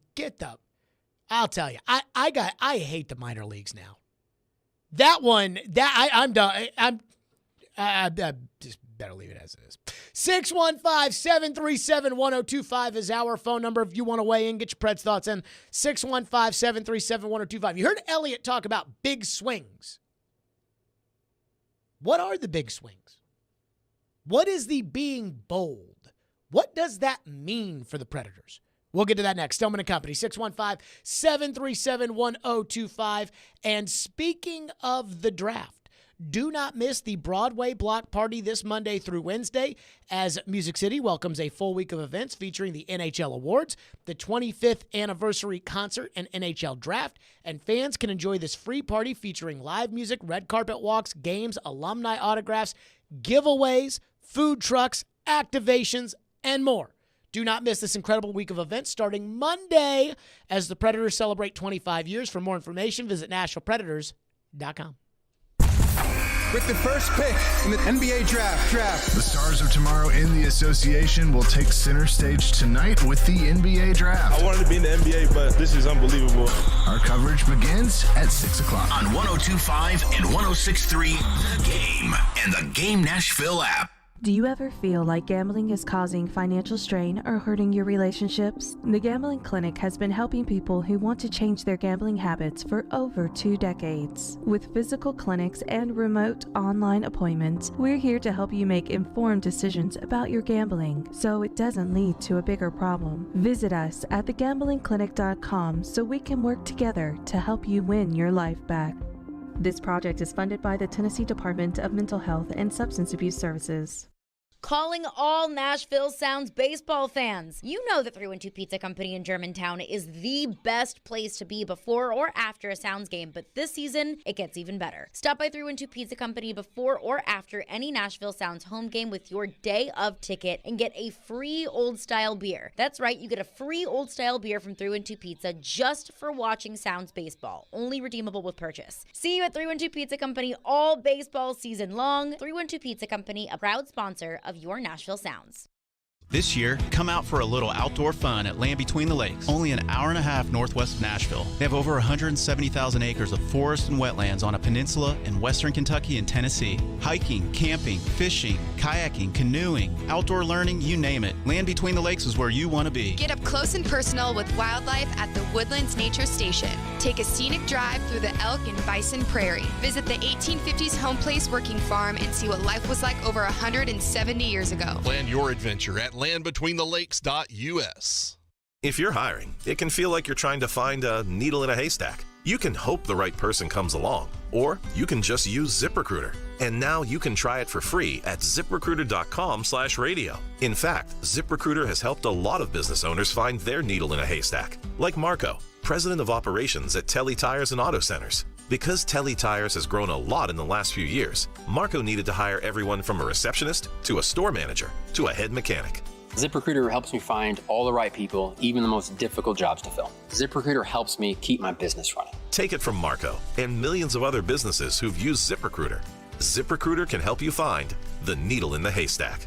See why 4 out of 5 employers who post a job on ZipRecruiter get a quality candidate within the first day. And right now, you can try ZipRecruiter for free. That's right, free at ZipRecruiter.com/radio. That's ZipRecruiter.com/RADIO. ZipRecruiter.com/radio. ZipRecruiter, the smartest way to hire.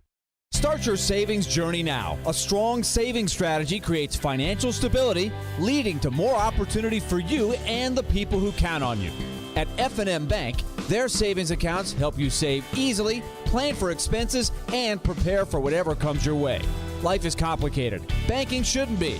So go see them at one of their 20 locations across Middle Tennessee and Southern Kentucky, or go online at myfmbank.com. F&M Bank, banking made easy on purpose. Member FDIC.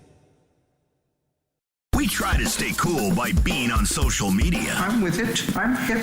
Follow us on Twitter at 1025thegame and on Instagram at 1025thegame Nashville. Hey! Oh yeah, and like us on Facebook too. Strong opinions and a strong personality on your drive home. This is Stillman and Company on 1025 and 1063 The Game and the Game Nashville app.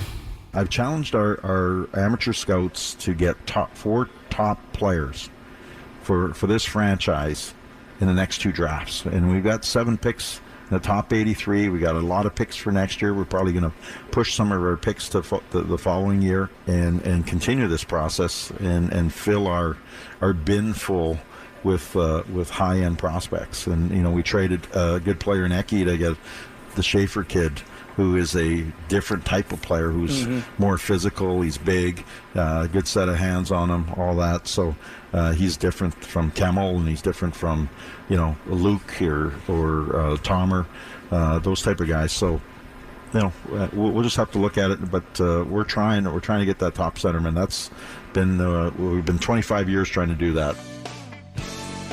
Barry Trotz, by the way, he'll be on with Chase tomorrow at 10 a.m., so be listening for that. But you heard right there, hey, I told the guys, I want high-end players, and we're going to do whatever it takes to get them over the next 2 drafts. And I hear Elliot Friedman talk about the Predators being bold and making bold moves. And I keep wondering, like, what is a bold move for the Predators to make? Like, what would be considered bold? And how many times have they made bold moves in the past? And bold, I don't think equals stupid. So, for instance, I don't think trading a first-round pick for Ryan Hartman is bold. Or I don't think trading a second-round pick for Jeremy Lozon is bold. I think those moves are dumb. But I keep trying to figure out, like, okay, what can the Predators do to be bold?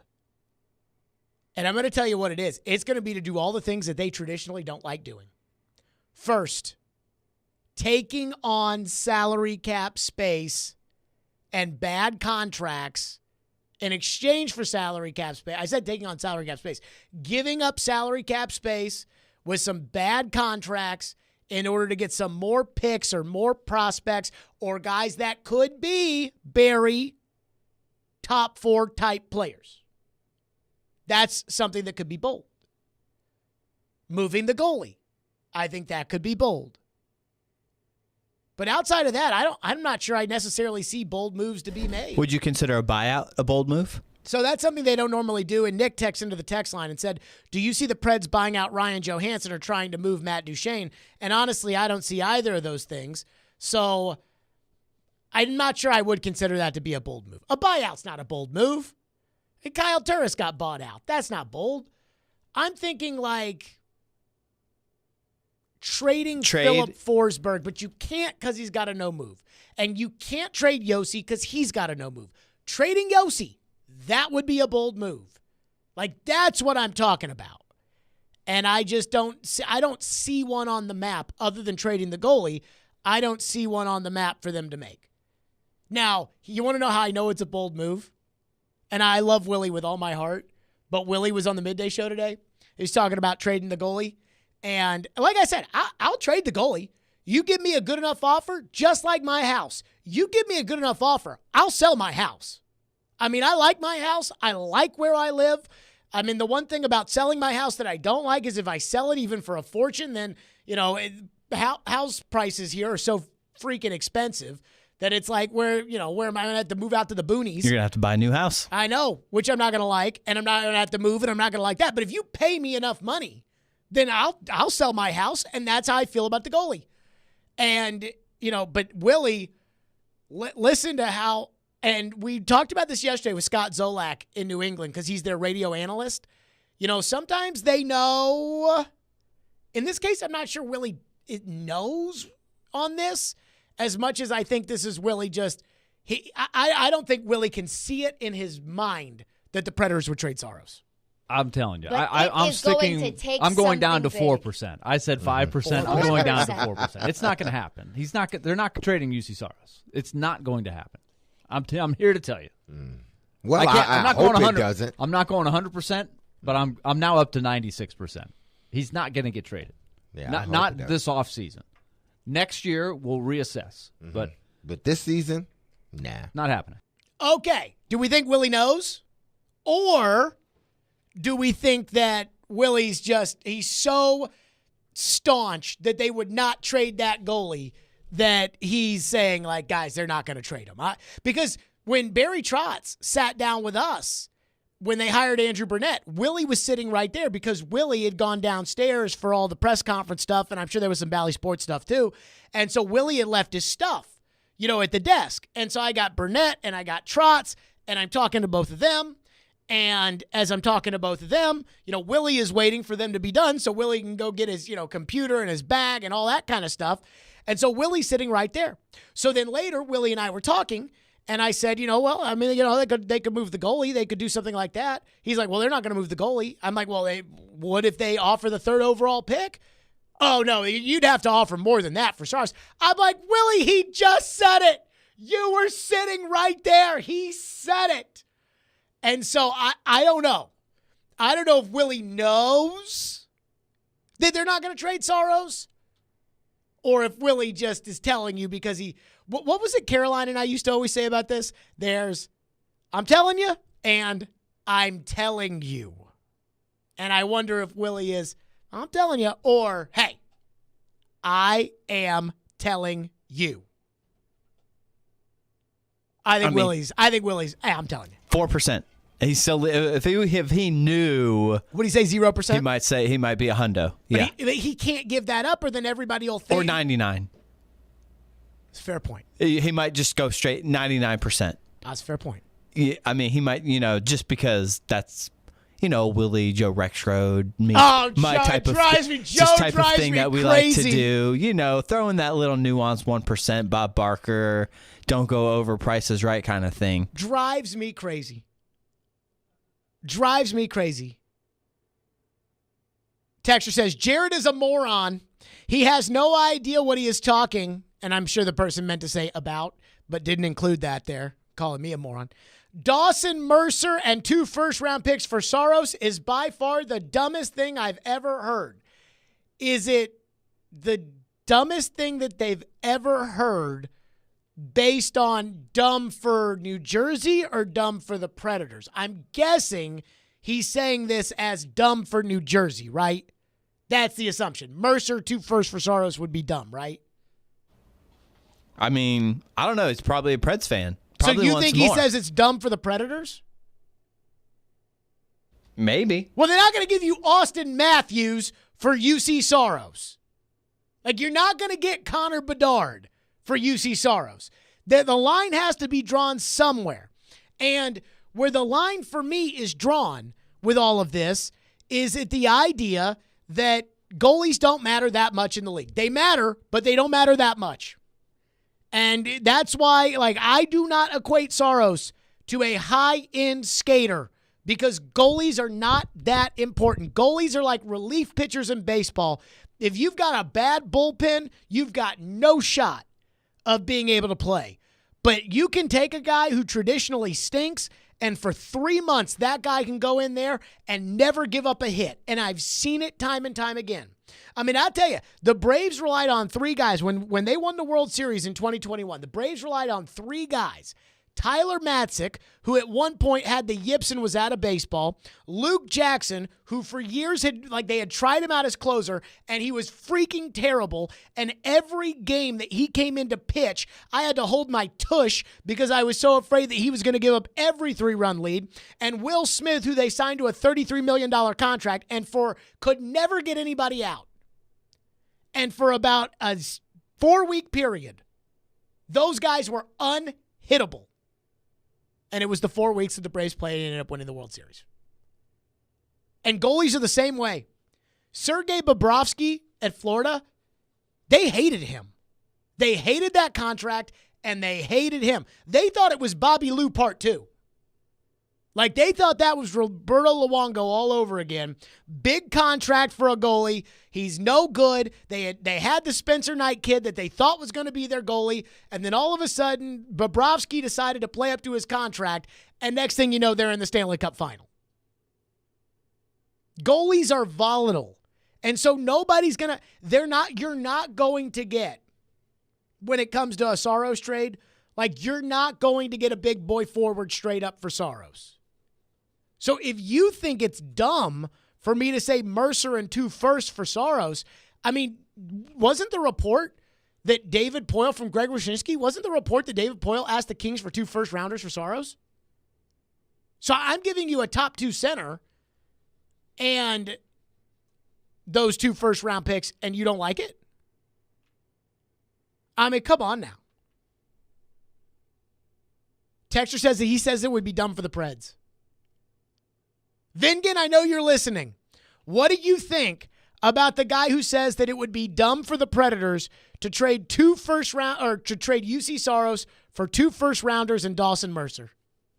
I await Adam's answer. I know he's listening. 615-737-1025 is the phone number, 615-737-1025. We'll get back to your phones.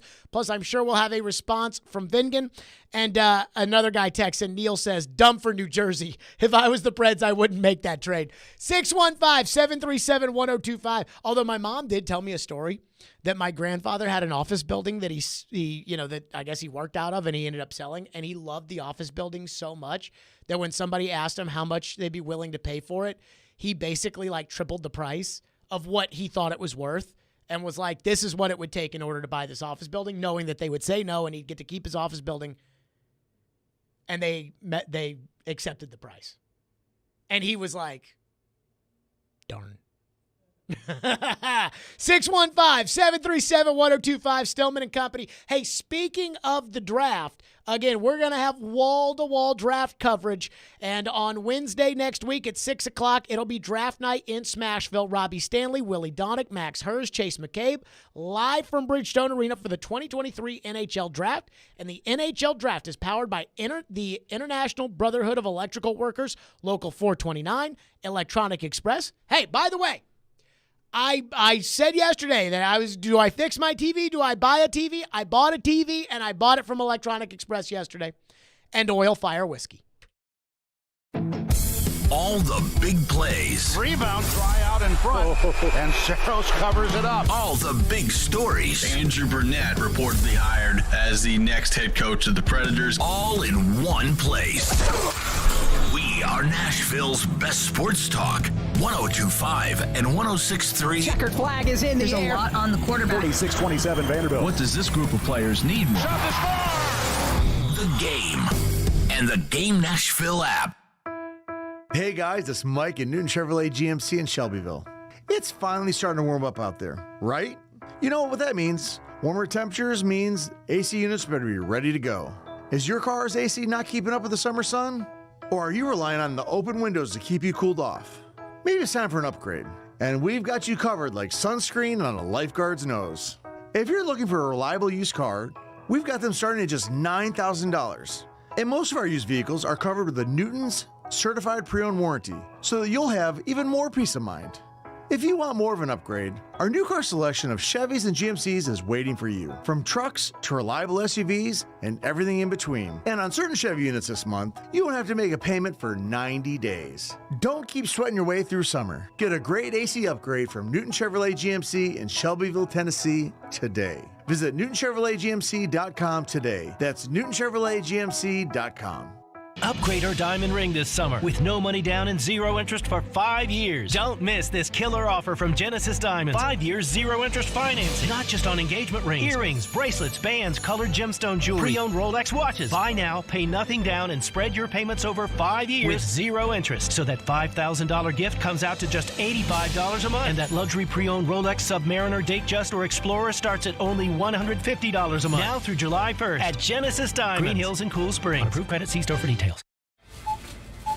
Seems like everything costs more these days. Food, utilities, medical costs, you name it. But as prices go up, our family budget stays the same.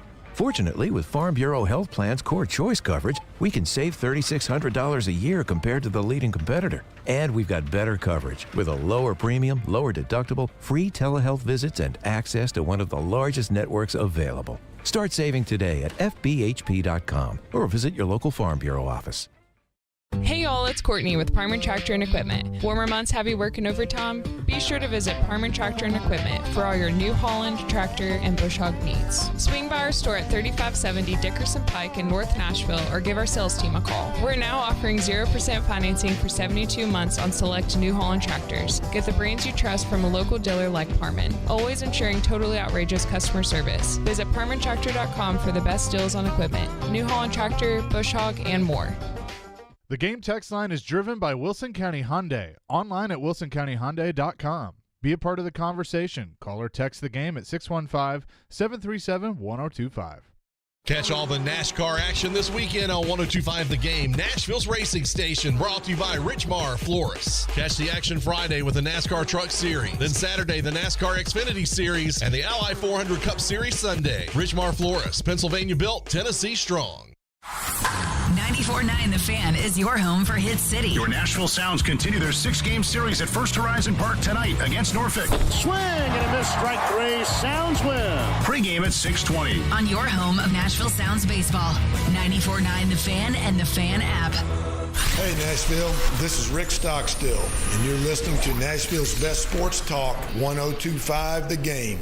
How do you kind of envision the timeline of where the team is working through the goalie scenario that you find yourself in? Well, I think with Askarov, what you saw, he's considered the top prospect in the American Hockey League.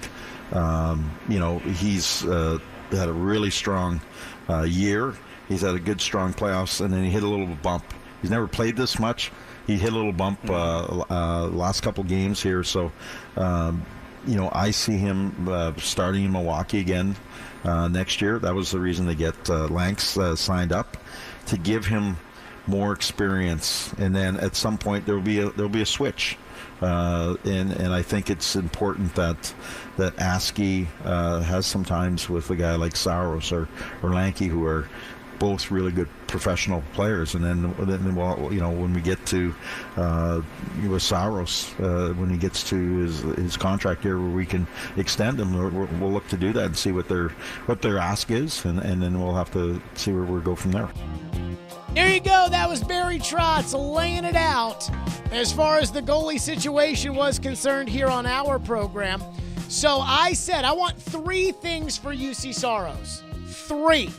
I want a good young player, I want a high-end prospect, and I want a first-round pick with no lottery protection. Now, if you want to give me 2 high-end players and I like the 2 high-end players, I'll do that instead of the first-round pick. If you want to give me a super high-end player, then that may be good enough for all 3. So it's a moving target, but that's kind of the goal, how I feel. Which takes me to the original offer that I would be okay with, the New Jersey Devils, Dawson Mercer, who I've never heard of until yesterday, which is never a good sign when it comes to a hockey trade. But Adam tells me he's good. Dawson Mercer and 2 firsts from the New Jersey Devils for UC Saros. I would do it. And somebody texted in and said that I'm a moron and I don't know what I'm talking about and that would be a dumb trade for the Predators. And I said, Vingan, if you're listening, I need to know. And of course, Vingan was listening. And Vingan says, the Sharks reportedly wanted Mercer as part of the Timo Meier trade. Do we know what they got in return for Timo Meier? I don't know off the top of my head. I'd have to look it up. I'm not a big Timo Meier fan, but that's neither here. I think he did working on a big deal, but. Oh, let me tell you. Well, we'll read Vingan's thing, but the Sharks reportedly wanted Mercer as part of the Timo Meier trade, so clearly he has value. Mercer would instantly become the Predators' top young forward. You're right that the Predators are not going to get a name brand forward for Saros, but Mercer is good enough to be in your top 6 for the next several years. And then I said, do you think that price is dumb for the Devils? Vingan said it's hefty for sure, but those first-round picks would be late in the round if the Devils are as good as they think they will be. So it doesn't sound like Vingan says it's an unreasonable trade. And that's why. You're not going... I would love, like I said, if somebody offers me $2 million for my house, you can have it. No one's going to offer me $4 million for my house. I mean, no one's going to offer me $2 million. 4 prospects and 3 picks for Timo Meier. God! 1 was a 7th-round pick, so. Oh, yeah, I guess that is a first, though, like a conditional first in this year's draft, a 2nd and 7th and 24, and then, 4 of these prospects. Can we get that Willie cut again about trading Saros? First of all, can we get the Barry cut where I asked him, where I kind of was like, are you going to trade one of the goalies and then get the Willie cut? I just love the dichotomy of it. Barry Trotz, the guy who actually makes the decision, here's what he said. I got to give you a second on this one. We can. I'm not saying we won't. I think that's an opportunity, but you need the right dance partner.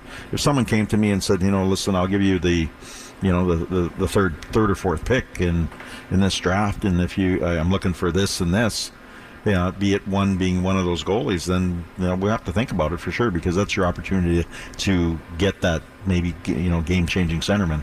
Sounds like he's a lot more open to it than the Titans were to trading A.J. Brown when I asked them a week before the draft, and they said, we don't foresee it, and then they went ahead and did it. And then there's Willie who, again, Barry's like, I'm not going to rule it out. And then there's Willie. I'm telling you, But I'm sticking. I'm going down to 4%. I said 5%. I'm going down to 4%. It's not going to happen. He's not. They're not trading UC Saros. It's not going to happen. Boy, I'm here to tell you. Well, I'm not going hope 100. it doesn't. I'm not going 100%, but I'm now up to 96%. He's not going to get traded. Yeah, not this offseason. Next year we'll reassess. But this season, nah, not happening. I would love to see Willie's heart break in real time. Like if the Predators just drop a hammer and trade Saros Wednesday night, and just because he'll be on the air doing the draft show with the guys, and I had to deal with it when the Colts took Anthony Richardson. So, I mean, it happens to all of us. But, I mean, his heart would break. Texter says people that know hockey know goalies are not that big of a deal, and that would be a dumb trade for New Jersey. Another texter says Anze Kopitar for UC Saros. Isn't he like an old pop now? Anze Kopitar? Yeah. Yeah, he is. Too old. No. We want young players. We don't want old players. We have enough old players. McDonough's old. Yossi's old. Duchesne's old. Johansson's old. Forsberg is old. Old, I got old. We want young players. Texter says, the 2 firsts will most likely be in the high 20s, and the Predators have 5 first-rounders in the next 3 drafts. If you add Simon Nemec to that and another prospect, then I'd be interested in doing the deal with New Jersey. Who is Simon Nemec? Just one of these other young kids. But is he any good? I mean, I wouldn't say he puts up a bunch of stuff right now. Where's Keyser?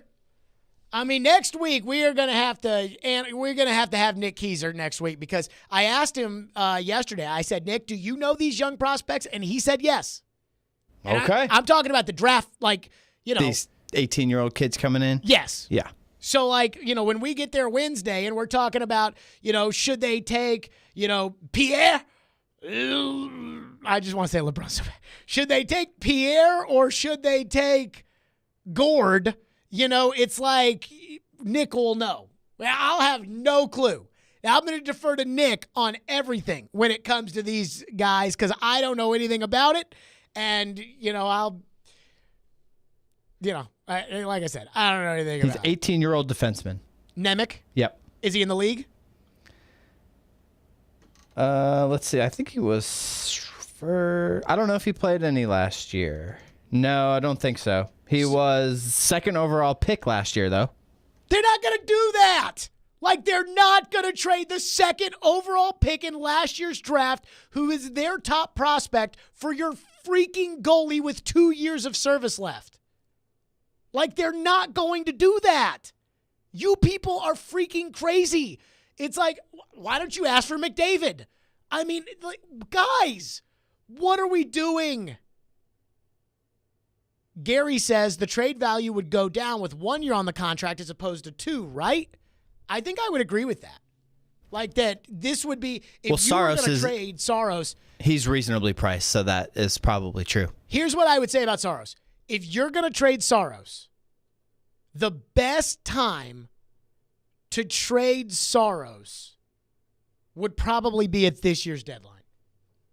Because, you heard the Elliott cut earlier that we played, where Elliott said there's a bunch of goalies who are out there right now.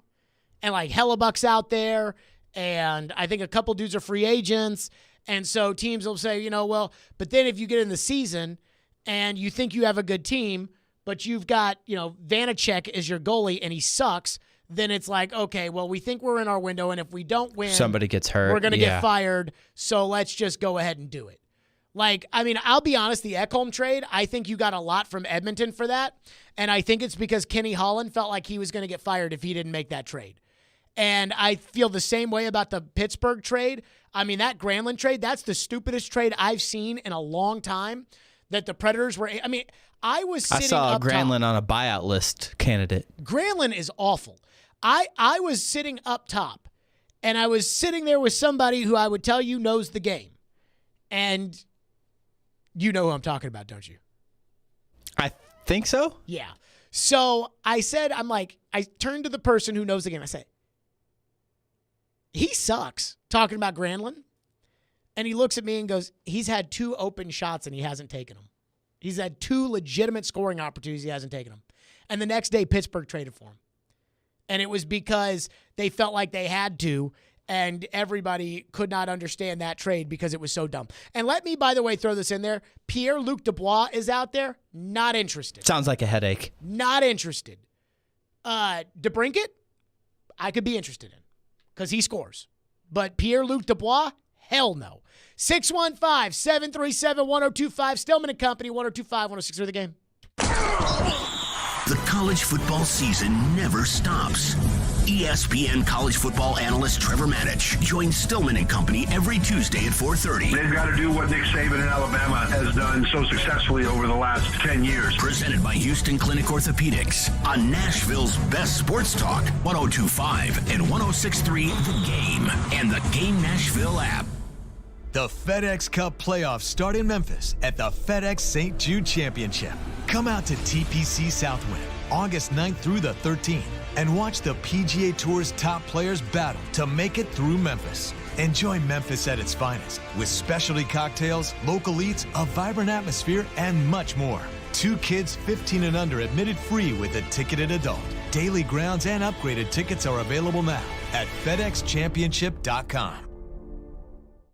What's up, everybody? Teron Davenport here for Superbook Sports. Bring that big bet energy this summer with Superbook Sports. Superbook Sports is the most trusted name in sports betting. And right now, use promo code THEGAME to score up to $250 with their first bet bonus. Win or lose, they'll match your first bet up to $250 with promo code THEGAME. Simply visit Superbook.com for terms and conditions or download the Superbook Tennessee app in the app stores. Enter promo code THEGAME and you'll get $250 courtesy of Superbook Sports. Gambling problem? Call 1-800-GAMBLER. Men, this is Evan Bass for the Tennessee Men's Clinic. If you're suffering with erectile dysfunction or other sexual health issues, you need to know that there is no one-size-fits-all treatment because everyone's made differently. That's why our urologists and medical providers offer a broader array of treatment options and can even combine or adjust treatments for greater effectiveness. ED can result from aging, low testosterone, prostate issues, underlying medical conditions, and more. And understanding why you have ED is the first step in treating the condition. That's why you need to know your numbers and understand what other factors might be contributing, and then work with an expert to treat it. And that's where we shine. At the Tennessee Men's Clinic, we have protocols that are effective in nearly 90% of cases, which means we'll likely find the right treatment for you and you can get your sex life back. So call us. Your first appointment includes blood work and a medical consult. Call 615-208-9090 or go to TennesseeMen'sClinic.com. We have 2 offices to serve you, Midtown and Franklin. Visit our website to learn more, including side effects. Treatments extra, results vary. Get a great deal on one of the most versatile tractors in the industry, the Kubota BX, which is part of Kubota's tractor lineup rated #1 in durability and owner experience. Stop by Krebs Kubota today and bring home select BX series equipment for 0 down, 0% APR for up to 72 months, plus save up to $800. Now through June 30th, see Krebs Kubota or go to KubotaUSA.com for more details. Krebs Kubota, Middle Tennessee's preferred equipment dealer. Columbia, Franklin, and Murfreesboro. Online at KrebsKubota.com. Whatever your destination in life, you can get there easier with a checking account from F&M Bank. At F&M, our checking accounts give you the tools you need to manage your money well, like our smart free checking account that's actually free. Because sometimes the basics are more than enough, making lives better by making banking easier. Come see us at one of our branches or online at myfmbank.com. F&M Bank, banking made easy on purpose. Member FDIC. They combine hard-hitting journalism. The Titans asked Kevin Byard to take a pay cut. Strong-willed opinions. There's hot takes and then there's like weird takes. Yeah. This is a weird take. And sometimes some old man takes. I'm excited about it. So do I gyrate embarrassingly? To create the perfect morning show, they are Robbie and Rex Road. Mornings from 6 to 9. Presented by TJ Anderson Homes of Benchmark Realty on 102.5 and 106.3 The Game and the Game Nashville app. You're listening to Stillman and Company on 102.5 and 106.3 The Game and the Game Nashville app. I mean, I don't think he's delaying it. I think the teams are delaying it. I think that what we talked about the last couple of weeks, has come to fruition, which is the money's a problem, given where he is at this point. And I think it's all breaking down the way we thought it was with DeAndre Hopkins. No one's in overdrive to run out and sign him, especially not for the number Odell number that's out there, $15 million plus incentives. And, I think I said last week, there's a possibility that this gets to training camp or close before, anyone really circles in with him, or unless the numbers change. There you go. That was Charles Robinson on Robbie and Joe earlier this morning, talking about where we are with the latest on DeAndre Hopkins. And we are now consistently following DeAndre's socials just to see if there is anything there that would give us an idea. Last night, DeAndre was in Houston, Texas, and I guess he was drinking coffee 19 hours ago. I guess in Houston, Texas. So he's been in L.A., he's been in New York, he's been in Houston, he's been in Nashville, he's been in New England, and they flew him southwest, did the Titans. He sent out a tweet, and I really didn't know what to make of this tweet. And I really didn't go full-on Hondo investigating it, even though maybe I should have. when he put out there 2 days ago, whoever's in my future wide receiver group, I promise I will make your job easy.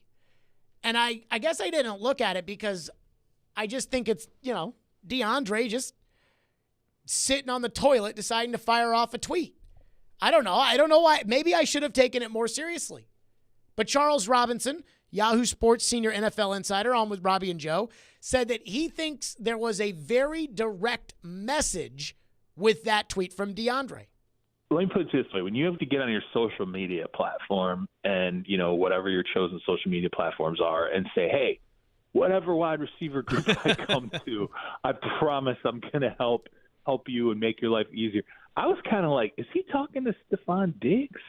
Like, who's he talking to when he says this? Like, who's upset thinking this is going to be someone who's going to come in and not, help the wide receiver position? Like, in my mind, that's what I thought. Because I'm like, why are you kind of, I guess, selling yourself to the other wide receiver rooms? Like, what wide receiver? And honestly, no offense to Treylon Burks, but I'm like, he doesn't need to sell himself to Treylon Burks, okay? He doesn't need to sell himself to anybody on the Patriots in the wide receiver room for the Patriots. So that's what kind of struck me. I'm like, okay, if he's kind of selling himself like that, like, to me, maybe the Browns, they have a pretty packed wide receiver room, Amari Cooper, maybe it's the Buffalo Bills because of Diggs and, whatever it was that happened with Stephon Diggs, which I think what really happened was just kind of a talk about what his role was in the offense and how he wanted his role to continue to be emphasized. And again, that's just me reading the tea leaves. Okay, so he brings up about 4 teams that maybe that message could have been for. And I think about that, and as I thought about it, I'm like, does any of that make sense? Let's use Buffalo as an example here. Let's say that DeAndre Hopkins sent that message out to Stephon Diggs. Hey, Stephon, I know you're mad and you want the ball more, but if I'm in Buffalo, your job will be easier. Trust me, my man. Wouldn't that be better done by calling Stephon Diggs directly? And while I think it would be difficult for me to get Stephon Diggs' phone number, I don't think it would be difficult for DeAndre Hopkins to get Stephon Diggs' phone number. This is probably like 2 text messages. Oh, yeah, you got Stephon's phone number? Yeah, here you go. I mean, I think that's pretty easy. Plus, all these guys have Twitter and direct messages and all. I mean, it could not be hard. Then, on the other side of it, he used the Browns as an example. Do you really need to tweet that out, or do you just call Deshaun and then have Deshaun go to everybody else? I mean, I can't imagine there's anybody in the Browns wide receiving room that's like, don't you dare trade for or sign DeAndre Hopkins. So I go back to my original theory that DeAndre was probably just sitting on the pot and he was bored, or he's as anxious as I am about all of this because I want DeAndre Hopkins on the Titans, and I am nervous every day goes by that, oh, what does that mean? What did Diana Rossini say? What could that be? I mean, I certainly feel that way, but I don't think there's anything to that. I think that tweet was just something kind of stupid. Adam Vingan, by the way, has been blowing my phone up. I think Adam Vingan, either my phone's all screwed up, which could be possible because I've linked my phone to my iPad for my texting, and like a text will come in on the iPad before the phone, or it'll come in on the phone before it gets to the iPad or whatever.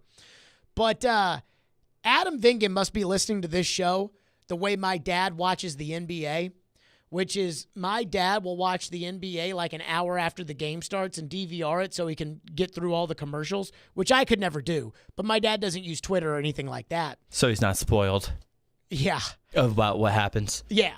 So Adam texted me 3 minutes ago and said, Anze Kopitar is 35. Nemec was the second pick in the draft last year. He hasn't played in the NHL yet. And then 2 minutes ago said, look at your phone. He's like, dude, that was last segment. Like, is Adam listening to us on some kind of like super tape delay? It's possible. I don't think it's that super tape delay with the even with the stream. It's only maybe on YouTube, a minute. You can pause it on YouTube, and maybe that's what he does. We go to break. He pauses his phone on YouTube and puts on some music because you do whatever you want. I mean, I would say listen to the spots and support our advertisers, but I don't know what's wrong with Vingan on this one. 615-737-1025 if you want to weigh in. 615-737-1025. The latest on DeAndre Watch and why something that I cannot understand, I am starting to worry is going to be a factor as far as the Titans and DeAndre are concerned. We'll get to that next. Stillman and Company, 102.5, 106.3 The Game. The offseason is in full swing, but there's no slowing down ESPN's Teron Davenport. The flow of information. He talks the talk. Spears gives you that guy that can still hit the home run. And walks the walk. As a run blocker, he's going to murder a linebacker at the second level. On everything Titans, TD is on Mondays at 1, Thursdays at 3, Friday mornings at 8, and anytime on the Talkin' with TD podcast. TD is on 102.5 and 106.3 The Game and the Game Nashville app. ElectronicExpress.com. We make it happen. Attention all fire and safety line experts. Middle Tennessee's fastest growing fire protection company is looking for experienced service technicians, designers, and sprinkler system experts like you. Tired of working for a large corporate employer? Work for a company where you're more than just a number. Jarrett Fire Protection is owned and operated by Nashville natives and wants to invite you to grow with their amazing team. Hi, I'm Jason Jarrett, owner of Jarrett Companies. I'm looking to hire experienced sprinkler experts and will offer a sign-on bonus of up to $5,000 for certified professionals, in addition to our great benefits that include a 401k match, PTO, and top pay with annual bonuses. We will also provide you with the top-of-the-line tools, trucks, and equipment that you need to grow your career. Our customer base is large and business is booming with many opportunities for advancement. Give us a call or go online to jarrettfire.com and apply today to become a member of our family and protect our community. That's JARRETT fire.com. Jarrett Companies, where we are above and beyond industry standards. Gear up for spring at Coleman Tractor Company with Kubota zero turns and subcompact tractors in stock now and ready to work. Mow, dig, haul, and lift with the Kubota BX23S tractor loader backhoe. Now through June 30th, save up to $2,500 on BX23S models. Visit Coleman Tractor in Paris, Clarksville, Nashville, and White House today. Now through June 30th. See KubotaUSA.com for more information. She's moving to Georgia. Jada's Podiatry Clinic's top nurse quit, leaving her business toes up. We've got 6 procedures and 3 major surgeries in the next 2 days. She needs a new RN who can think on their feet. There's no way I can do all these procedures on my own. Indeed can help her hire great people fast. I need Indeed. Indeed you do. Instant Match instantly connects you with quality candidates whose resumes on Indeed match your sponsored job description. Visit Indeed.com/credit and get $75 towards your first sponsored job. Terms and conditions apply. It's happening. Social Furniture's Hot Buy sale is going on now. You'll find your dream furniture on sale now for our best prices of the year. Sofas, sectionals, recliners, bedroom sets, mattresses, dinettes, and more are all on sale. Social Furniture has one of the largest selections of in-stock furniture in Middle Tennessee, ready for delivery today. Buy now and pay later, interest-free. No credit needed. Find Hot Buys in every department. Hurry into Social Furniture today. Social Furniture, 5412 Charlotte Avenue on the west side. Now, your Game Center update. Brought to you by the law offices of Amanda J. Gentry. The NBA draft tips off tonight as French 19-year-old Victor Wembanyama is projected to be the top overall pick to San Antonio. Who will go second overall? ESPN's Adrian Wojnarowski on what Charlotte might be thinking. Brandon Miller, I'm told, has been the front runner throughout this process.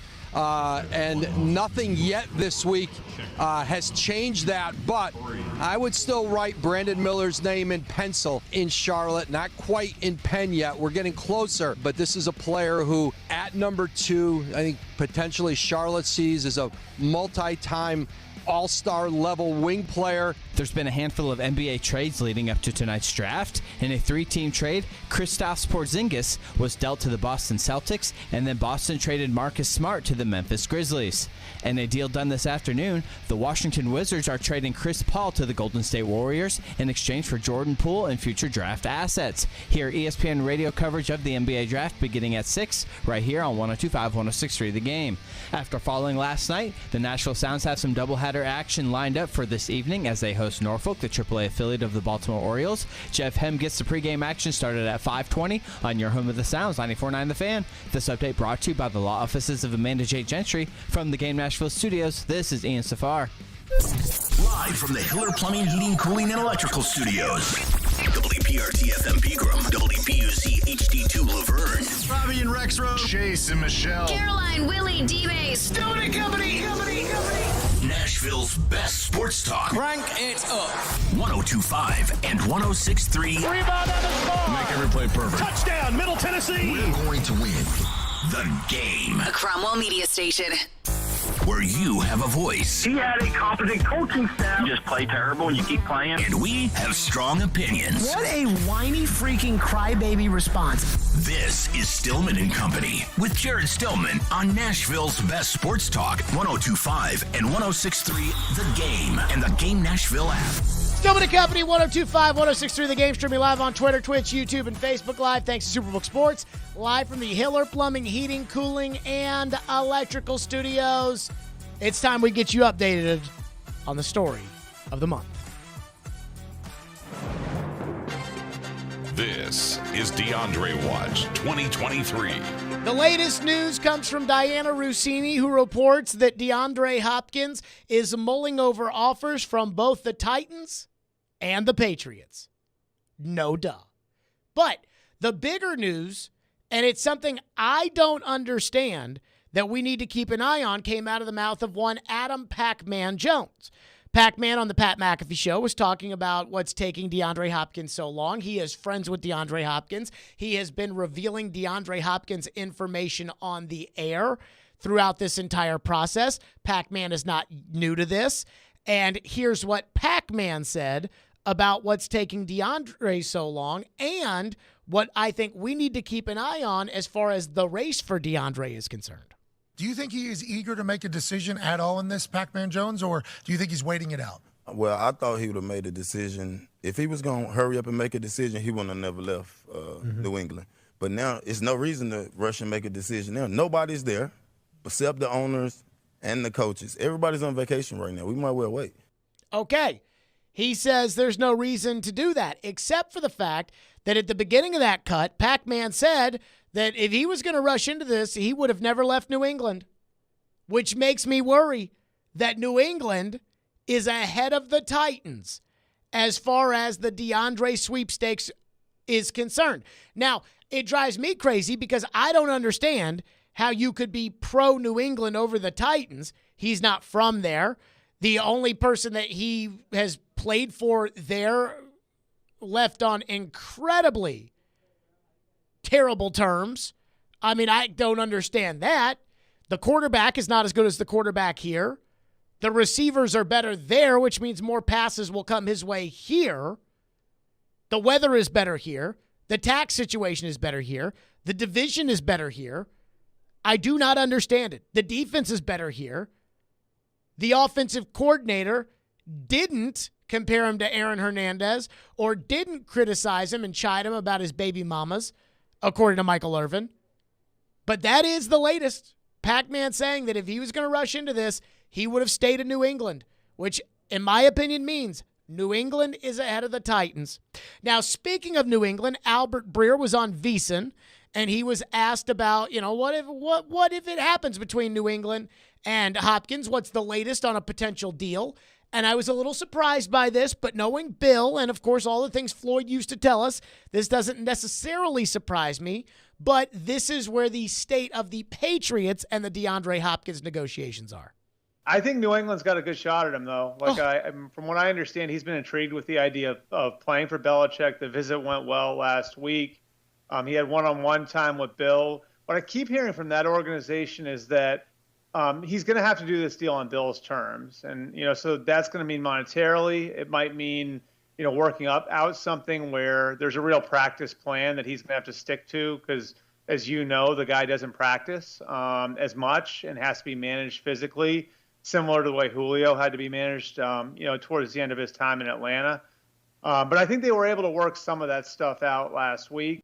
Okay, so he thinks there's a good shot, that New England's got a good shot, and that it's going to have to be on Bill's terms, which means that the Titans may have to bend their terms a little bit in order to get in front of Bill's terms. I just have such a hard time trying to figure out how the Patriots could be ahead of the Titans in this. Unless DeAndre is living in 2017 and he just looks at Bill Belichick and thinks, that's Coach Belichick, and hasn't paid attention to football the last 3 years. That's the why I do not understand it. But it does feel like the Patriots are ahead of the Titans. Unless DeAndre wants the Titans to think that the Patriots are ahead of the Titans in order to get the Titans to react, because that's where he really wants to be. And just for all of you out there that says, boy, that sounds like a crazy conspiracy theory, just know that that's exactly how all of you reacted about the draft night debacle with the 3rd overall pick, saying, no, Vrabel and Carthon, they knew. They leaked that they wanted Stroud so they would get the Texans to pay a fortune to move up to number 3, even though all of the evidence does not point to that. I am just telling you, it feels like the Patriots are in the lead. They're in the lead when it comes to Pac-Man Jones. They're in the lead when it comes to the betting markets. They're in the lead when you turn on TV and everybody seems to want to talk about the Patriots. Today it was Rob Ninkovich on NFL Lives. Oh, he's got to go there. Then again, it's not like Ninkovich is incredibly, objective when it comes to the Patriots. But it just feels like the Patriots are ahead of the Titans. I don't understand it because I wouldn't want to play in New England as opposed to here. I've lived in New England.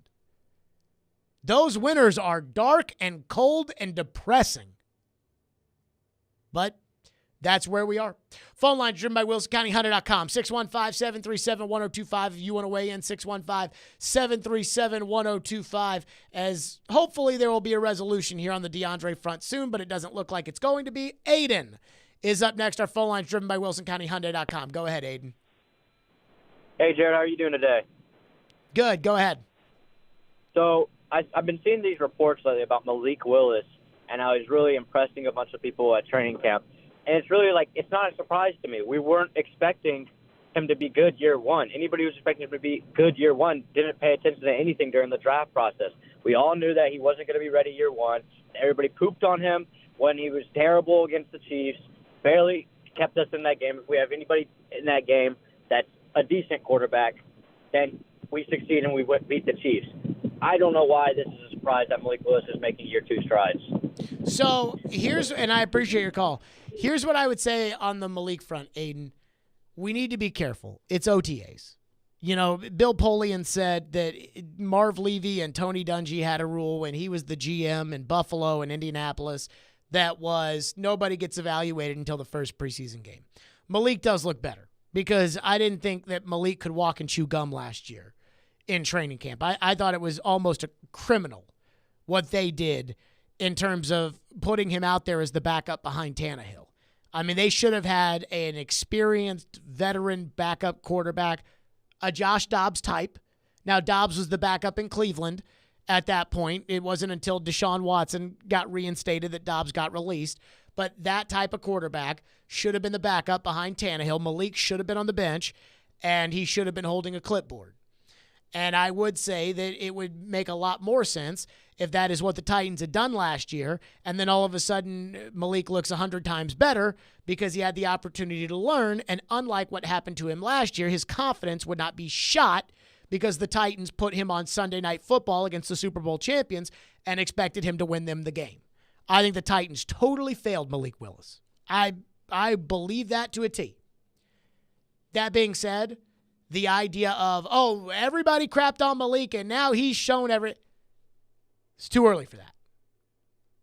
It's too early for that. And the deck is completely stacked against him. They want Will Levis to be the backup quarterback here.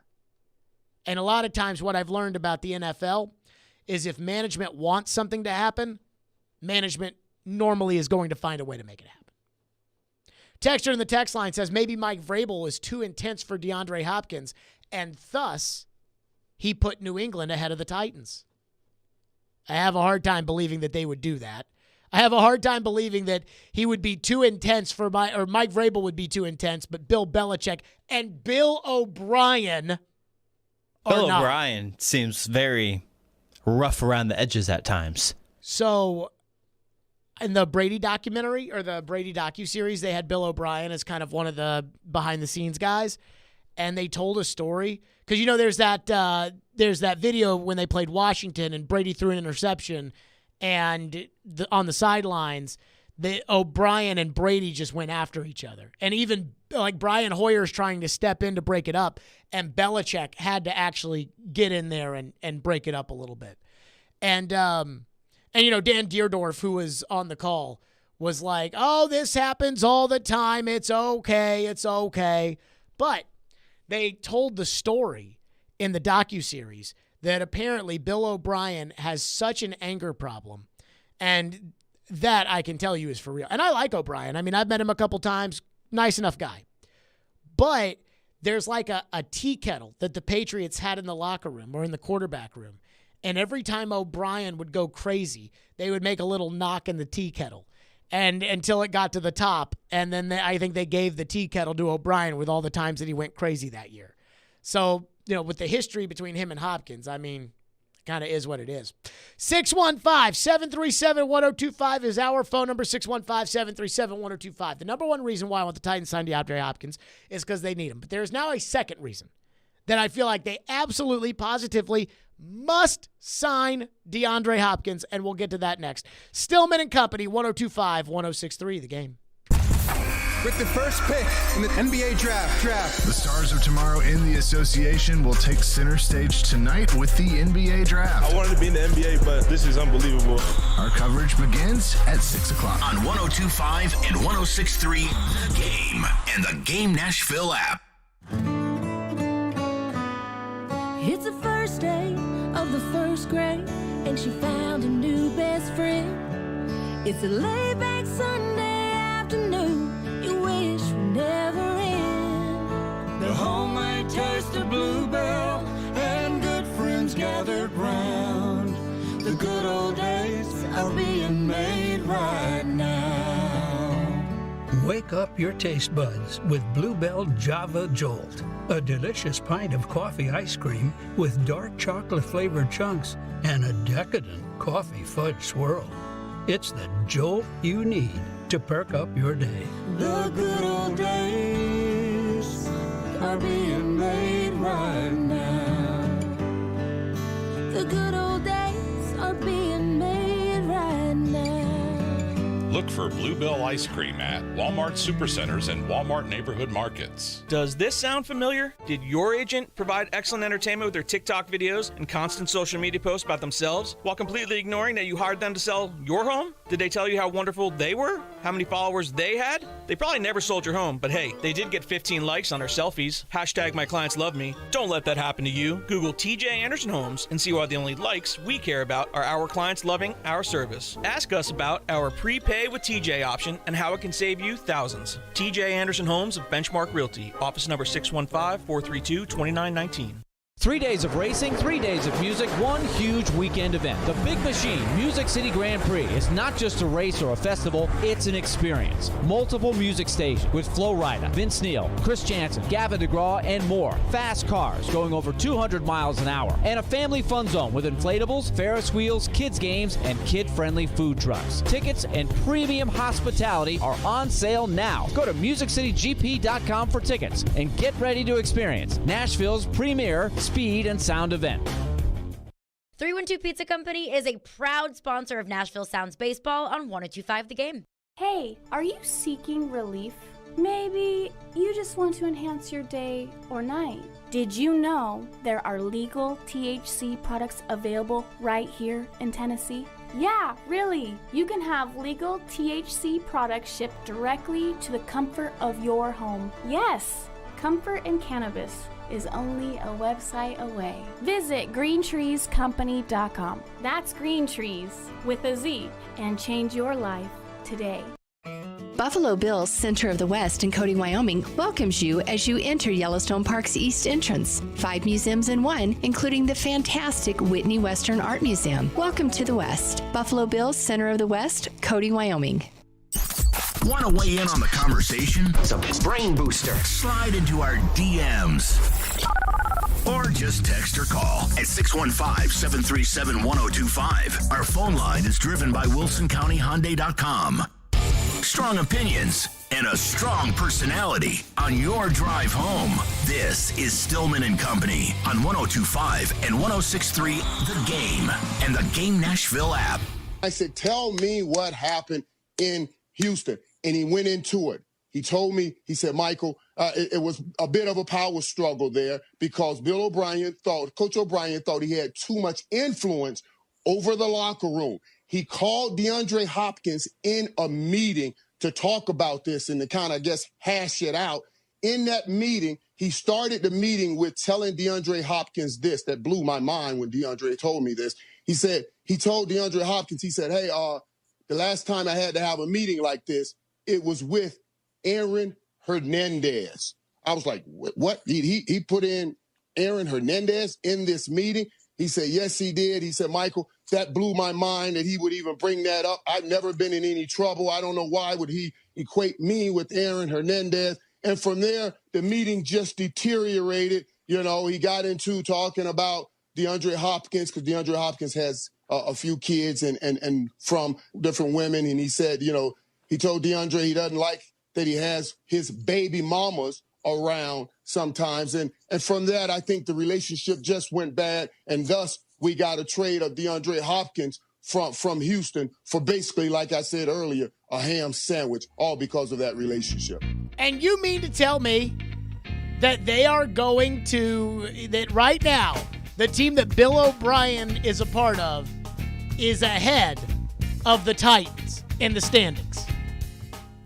I said, DeAndre, tell me what happened. He said, Michael, he called me into his office and he said, the only guy that I've ever had to talk to like this is a mass murderer. And you got too many baby mamas. Keep them at home.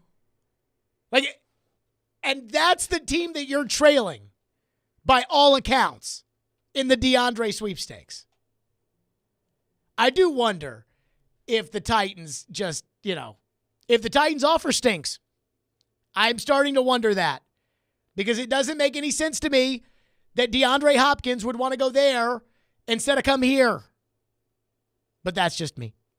Texter in the text line, phone line driven by WilsonCountyHunter.com says, Belichick can point to his handful of rings as a coach. Doesn't matter how old they are, Vrabel has a losing record in the playoffs. Let's go around the room. Ian, better coach right now, Vrabel or Belichick? Right now. That is tough. Man, I want to say Vrabel, but all the skins on the wall with Bill. I'll go Vrabel. Why do the skins on the wall count? They haven't won anything in 3 years, and they haven't won anything without Brady. He's still won more than Vrabel has. So, he's won more than everybody has, except for Don Shula. Okay, well then it's hard to not make him the best coach. But he had Tom Brady. Yes, he did, and that is why the apple has, lost some of the shine. And let me say this. But Bill is still a great coach. He still works very hard. He's a great defensive mind. I feel like he has a good pulse of the team and all that kind of stuff. It's not like the team has been completely trash since Tom left. I will say this. If Tom Brady was still there, this would not be close between the Titans and the Patriots. And the Patriots would be ahead by a long shot. That's for sure, right? Yeah. Oh, Brady would be able to reel him in, no problem. Oh, one phone call. And DeAndre Hopkins would be a Patriot. And he'd be working out nonstop. Oh, he and Brady would be out together. They'd be eating grass in the backyard and stretching and all those kind of things that Brady likes. I will say this. I will go Vrabel over Belichick just a little bit, but not by a lot. And there's one specific thing that's driving me crazy about Mike Vrabel. And I don't know if you guys saw this, but I heard this on the midday show. There was a tweet from an analytic guru that brings up what I think is the most concerning aspect about Mike Vrabel as the coach of the Titans, and a very concerning aspect about Tim Kelly as an offensive coordinator. And part of the reason why I think everybody, the national media, maybe other players, why all these people think the Titans suck. And it all goes back to something that Vrabel could have done something about, and he didn't. And I think his ego got in the way, or poor evaluation. And we'll get to that next. 615-737-1025 is our phone number, 615-737-1025. Stillman and Company right here at 102.5, 106.3 The Game. All the big plays. Henry up the middle. Makes a little move. 10, 5, touchdown. All the big stories. Should the Titans go after DeAndre Hopkins? All in one place. We are Nashville's best sports talk.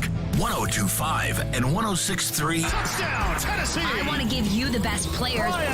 Does he want to retire a Tennessee Titan? The door's on the board. The Game and the Game Nashville app. The choice is yours. Wednesdays at 8:45. Brought to you by Jarrett Companies. Now hiring experienced sprinkler experts. Go to jarrettfire.com. JARRETT fire.com. Jarrett Companies, a company above and beyond industry standards. Because we work so hard for our customers, people are driving for hours to shop at Genesis Diamonds right now, taking advantage of the lowest interest rate on the planet. 0 interest for 5 years with nothing down. How about a $6,000 GIA certified diamond for just $100 a month? Pear shapes, rounds, even oval diamonds are all included. You can even finance the sales tax. All designer jewelry and all lab-grown diamonds included. Don't miss this amazing opportunity. 5 years, 0 interest financing. Exclusively at Genesis Diamonds, Green Hills and Cool Springs. Approved credit, see store for details. Are you drowning in credit card debt? Want to get cash out of your home's equity? Loan Pronto can do it now in less than a week. Hey, Willie Donick here. That's right. Loan Pronto's Equity Express line of credit just got even faster. You can get $50,000, $100,000, even $200,000 in as little as 5 days. You don't even have to touch your primary mortgage. You can keep that 3% rate intact. Get just the money you need and pay off all those credit cards or get that home improvement project started. With this revolutionary program, you can access up to 90% of your home's value, and in most cases, there's no appraisal. Stop paying insane interest rates to the credit card companies and get tens or even hundreds of thousands of dollars in cash in as little as 5 days. Call Loan Pronto now for the even faster Equity Express line. 615-499-5780. That's 615-499-5780 or go to loanpronto.com. 615-499-5780. Equal housing lender, NMLS 1661781, subject to lender approval. For more than a century, AM radio has evolved to meet the needs of our community. In their car, at home, or on the job, more than 80 million listeners depend on AM radio each month. AM radio is also the backbone of the emergency alert system, which keeps us safe in dangerous times. It's reliable, free, and public safety depends on it. Text AM to 52886 and tell Congress we need AM radio in cars. This message furnished by the National Association of Broadcasters. Get in zone, AutoZone. Welcome to AutoZone. What are you working on today? I think my battery's dead. With free battery testing and charging, AutoZone is here to help. Get in zone, AutoZone. What if I need a new one? We have the right batteries right here at America's #1 battery destination. Get in zone, And what if I don't know how to connect it? No problem. We have a how-to for you at AutoZone.com. Get in zone, AutoZone. Restrictions apply. 94.9 The Fan is your home for Hit City. Your Nashville Sounds continue their 6-game series at First Horizon Park tonight against Norfolk. Swing and a miss, strike 3. Sounds win. Pre-game at 6:20. On your home of Nashville Sounds baseball. 94.9 The Fan and The Fan app. What's up, Nashville? This is Stephen A. Smith. You're listening to Nashville's best sports talk, ESPN 102.5 The Game. Because of the nature of the situation, I know there are a lot of questions. I know people are looking for details and answers, and unfortunately, because of the situation, I'm not able to discuss quite a bit of that evening. And at the proper time, when appropriate, I will answer any questions that I can. The the rideshare availability here, is that well communicated here, and you aware of that? Yes. Yes. So why not use it? I can't get into the specifics of that night. Did you drink here or on the plane? I can't get into the specifics of that night. There was one report that stated that you had received, or that you communicated that you had been receiving death threats. Is that report accurate? And if so, can you elaborate on that? I mentioned how much my family's already been through, and that is a portion of what I am not at liberty to discuss at the moment. Did you call the authorities about such matters?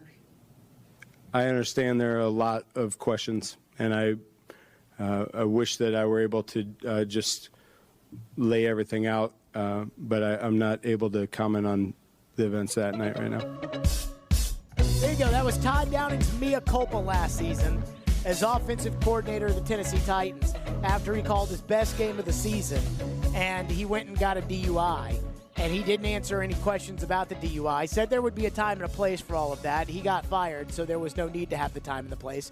In fact, while we're on the subject of Downing, and I want to get to something that I actually heard today on the Midday Show, but while we're on the subject of Downing, let's play the DUI. I'm Trooper Walker. I'm with the Highway Patrol. The reason I stopped you is back on 65. I mean, I didn't get your speed because I'm in the same direction, but, I mean, you were easily over 100. I mean, you were hauling. I wasn't trying to go 100. I'm sorry. Okay. Where are you coming from? I know you're dressed up real nice. Yeah, we just landed. I'm with the Titans. I got a death threat tonight. Okay. And the Franklin police are outside my house. Oh, okay. And I was trying to get home to my family. I got you. Well, hey, Mr. Downing, you've got an odor of alcohol on your breath right now. You've been drinking tonight? I have not. Okay. Well, you smell like alcohol. I'm sorry, I've not. You can check with our security. Was there anyone else in the vehicle? Or? Nope. Okay. Well, hey, I'm going to have to ask you to step out, okay? Because you have been smelling alcohol, and I just need to make sure that you're safe to drive, okay? Okay. I can't get over that. If he was still here and that tape had come out, that was from TMZ. If he was still here and that tape had come out, we would have probably done, 3 straight days on the audio of that DUI tape. So Warren Sharp tweets out. He's one of these football analyst guru.com. He's got a book coming out like, Phil Steele does with college football. He's sharpfootballanalysis.com. So I'm not a huge believer in all this stuff, but, a lot of people are, and it's like the guru says. So Warren Sharp puts out there, quote, I spend a lot of time objectively researching every team every offseason, looking for the good and bad and as open-minded as possible. But one thing I will never be talked off of is my belief that Todd Downing was a double agent trying to make life difficult for the Titans offense. He says, I expound on this in the book. He wants you to buy his book. I expound on this in the book, but there was nothing the Titans needed to establish to get a stacked box on first down. 95% stacked box percent if less than 3 wide receivers were on the field. 90% stacked box in the first quarter. 84% stacked box if Derrick Henry is simply on the field. Let's not forget, by the way, all the times that Todd Downing would take Treylon Burks off the field or take Robert Woods off the field and put Cody Hollister on the field, or take Austin Hooper off the field and put Jeff Swaim on the field to basically tell the other team, hey, defense, we're running. Where I would sit in my seats, which were opposite the Titans' sideline, I mean, it would be 1st down and 10. And the Titans break the huddle, 5 offensive linemen, Tannehill, and then you get 5 other guys. And it would be Swaim, Hollister, Westbrook, and Henry to go with Woods. They'd run the ball. They'd gain 1. And then Hilliard, Okonkwo, Hooper, and Burks would all run on the field. I mean, it was crazy. And I tried to give Todd Downing the benefit of the doubt. I thought Todd Downing was bad in 2021, but I didn't think he was so bad. that it was the end of the world. Like, we didn't know what the problem was. We didn't know if it was that they let Jonnu Smith and Corey Davis go and they didn't replace those guys. We don't know if it was the fact that they, Tannehill was just stinking it up. We don't know if it was Derrick Henry's broken foot and A.J. Brown's injuries. Like, we don't know what it was. I thought Downing was going to be the sacrificial lamb after the Bengals fiasco because they wouldn't move on from Tannehill, and he wasn't.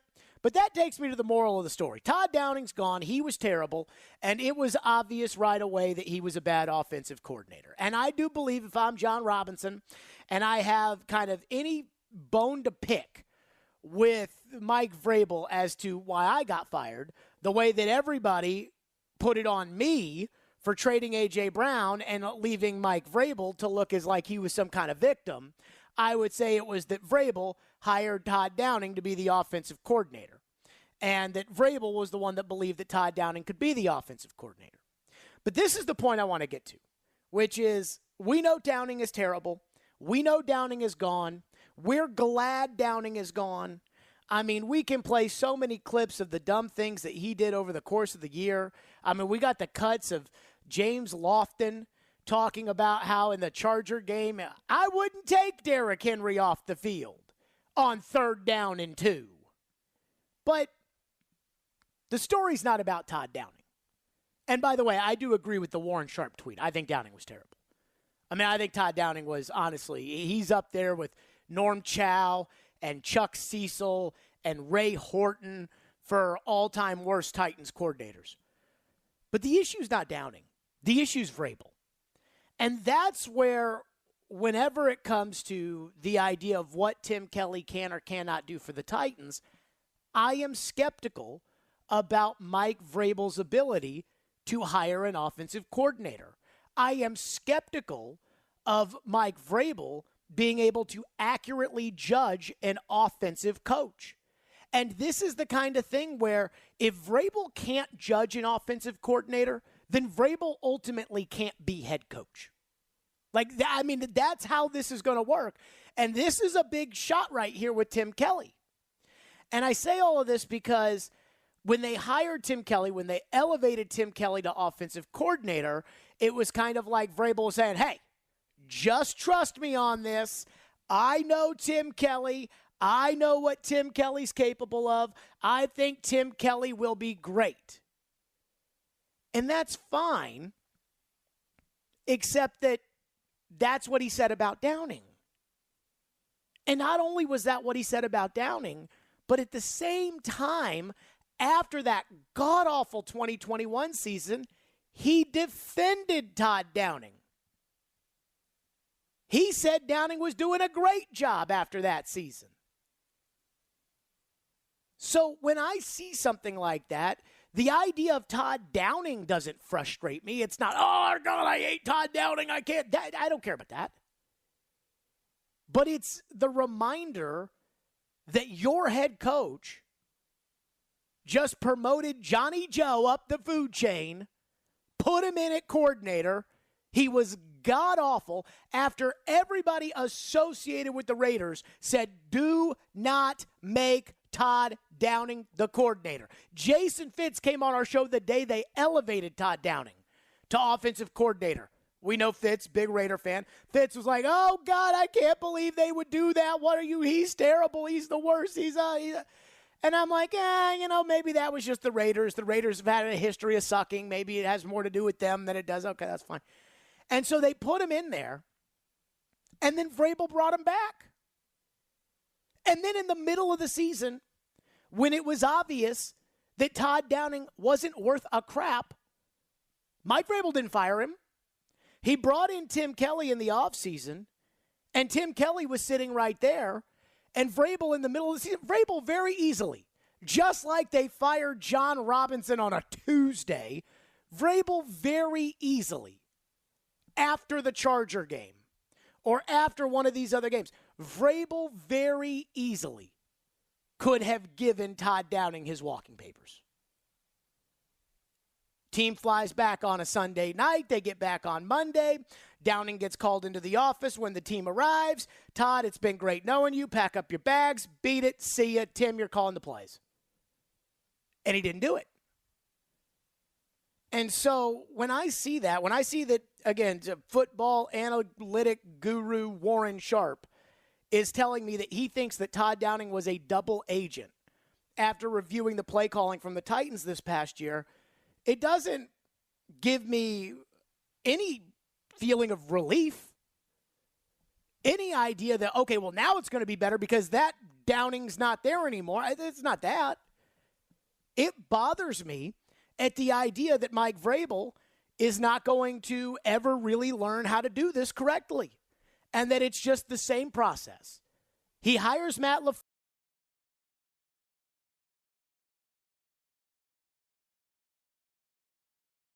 LaFleur was terrible. I mean, Matt LaFleur, go back. Joe Rexrode, for some reason, defends this. I don't know why. Go back and look at the 2018 season. They were benching Derrick Henry. And it's like, it wasn't Derrick Henry. The idea that Derrick Henry was bad, and then Derrick Henry got a talking to from Eddie George, and that unlocked him like he took a swig of Michael's Secret stuff is ridiculous. They benched him. And Vrabel was a part of that, too. And so LaFleur was terrible, and he's a joke, and I can't wait for him to fail without Aaron Rodgers in Green Bay. Then, the next year, they bring in Arthur Smith. Now, Arthur had been there for forever. Everybody liked Arthur. Arthur was a tight ends coach. And the reason that Vrabel gave Arthur Smith the job is because Matt LaFleur was trying to hire him as his offensive coordinator in Green Bay, which ultimately ended up going to Nathaniel Hackett. So when Vrabel caught wind of that, it was like, well, screw you. I'm going to make him my coordinator. And Arthur was a good coordinator. I mean, there's no way, nothing around that. So then Arthur leaves, and all Vrabel just does is he goes to the next guy and promotes him. And instead of the fact that we had that one Raiders year that got Jack Del Rio fired with Todd Downing as the offensive coordinator when they took a massive step back, we just kind of gave Vrabel the benefit of the doubt because Arthur Smith had been so successful. And then we saw that year with Downing, and it was terrible, but there were excuses all around, and everybody could be blamed, and everybody could be given, just some level of reprieve. And so they lose the Cincinnati game. Tannehill's the scapegoat for the 3 interceptions. I thought that they were going to put that on Downing. I thought that they were going to fire Downing because if you're committed to Tannehill or if Tannehill's going to be your quarterback, the easiest way to try to pump him up or make him think you still believe in him is to fire Todd Downing and then to say, well, it was his fault. So I thought they were going to do that. Offense was a humongous disappointment in 2021, but they don't. Vrabel comes out right away after the season, after they lose to Cincinnati, and he stands on the table for Downing. They go into the first game of the next season, and on 3rd and 1, they try to run an end-around sweep with Chigakonkwo. Downing was awful. Downing was awful last season. The one good game he called, he gets a DUI after it's over. And so now, that same process that Mike Vrabel used, which was, I'll just promote the next guy, is exactly what he did here with Tim Kelly. Now, Tim Kelly might be great. I don't know. But I am concerned. And I am concerned that when it comes to offensive coaches, Mike Vrabel, a defensive guy, does not have a clue. I'm not saying he doesn't have a clue, but I am worried that he doesn't have a clue. And I think a lot of defensive coaches are like that. Jeff Fisher, defensive coach, never had a clue when it came to offensive coordinator. I mean, he went and hired Norm Chow because Fisher, a USC guy, liked USC's offense, and they just hired him. And Norm Chow had no idea what he was doing in the NFL. I mean, you've seen Jeff Fisher's offenses with the Rams, and I mean, come on now. Defensive coach. Defensive coach Bill Belichick inherits Charlie Weiss from Bill Parcells with the Patriots. Charlie Weiss goes on, promotes Josh McDaniels up. McDaniels leaves, promotes Bill O'Brien up. And when you have the greatest quarterback of all time, it makes it a little bit easier. Brings McDaniels back. Now with no greatest quarterback of all time and Josh McDaniels gone, he just says, well, I'll just put Matt Patricia and Joe Judge in there. No freaking clue. And I'm not saying that all defensive coaches are like this because, Nick Saban, when it comes to running Alabama's offense, Nick Saban doesn't treat it like this. He gets real coordinators. But, I am so – this is the only time I'm going to do this. This isn't going to be every time somebody says something about Todd Downing, I'm going to hammer Mike Vrabel over the head with the fact that he brought him back in 2022 and he didn't fire him in the middle of the 2022 season and that they tried to throw that stupid lateral pass against Jacksonville. And I'm not going to do this. But what I guess I'm saying is I am skeptical of Tim Kelly because I do not trust the guy who hired him into that position. And I think that Todd Downing's ineptitude and the level with which he was inept as an offensive coach, I think that highlights my fear about the head coach. I don't get it. Kyle Shanahan in San Francisco farms out the defensive side of the ball every year. But Robert Saleh seems to do a fine job, and then he moves on, and DeMeco Ryans seems to do a fine job, and they don't seem to have much of a problem with that. And Sean McVay farms out the defensive side of the ball in L.A., and they don't have a problem with Wade Phillips as defensive coordinator, and they don't have a problem with Raheem Morris as defensive coordinator, and I don't get it. And the one team that I really think that is going to be under the microscope with this year is Buffalo. Because Brian Daboll was the offensive coordinator with Sean McDermott, and Brian Daboll, who had been offensive coordinator at Alabama and had been a quarterback coach in New England, Brian Daboll was a good offensive coach, just like Arthur Smith. Sean McDermott lucked into it. And then he leaves, and he goes to the Giants, and the proof is in the pudding that he's a good offensive coach. They took a big step back last year in Buffalo. Ken Dorsey, the offensive coordinator, they're not going to fire the quarterback, who regressed last year. The wide receiver's mad. So we'll see. 615-737-1025, NBA draft. 615-737-1025, NBA draft tonight. I'm just going to tell you this right now. I do believe the hype. We'll get to that next. Stillman & Company, 102.5, 106.3 The Game.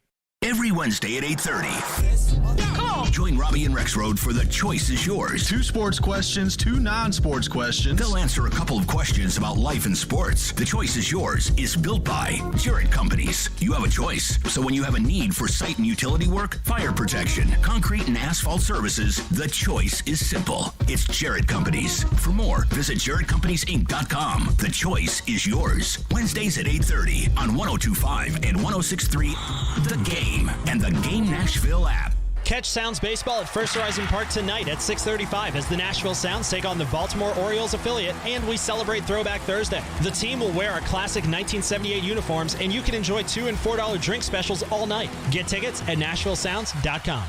The Electronic Express 4th of July sale is here. Celebrate with up to 40% off in every department. Don't miss an LG 75-inch 4K TV for only $699 or an Amana laundry pair for just $399 each. Get huge savings on computers, appliances, 4K TVs, smart home, furniture and mattresses, and more. Get an Asus laptop for only $599 or a Napoleon Freestyle grill for $549. Get up to 3 years free financing throughout the entire store. Electronic Express. We make it happen.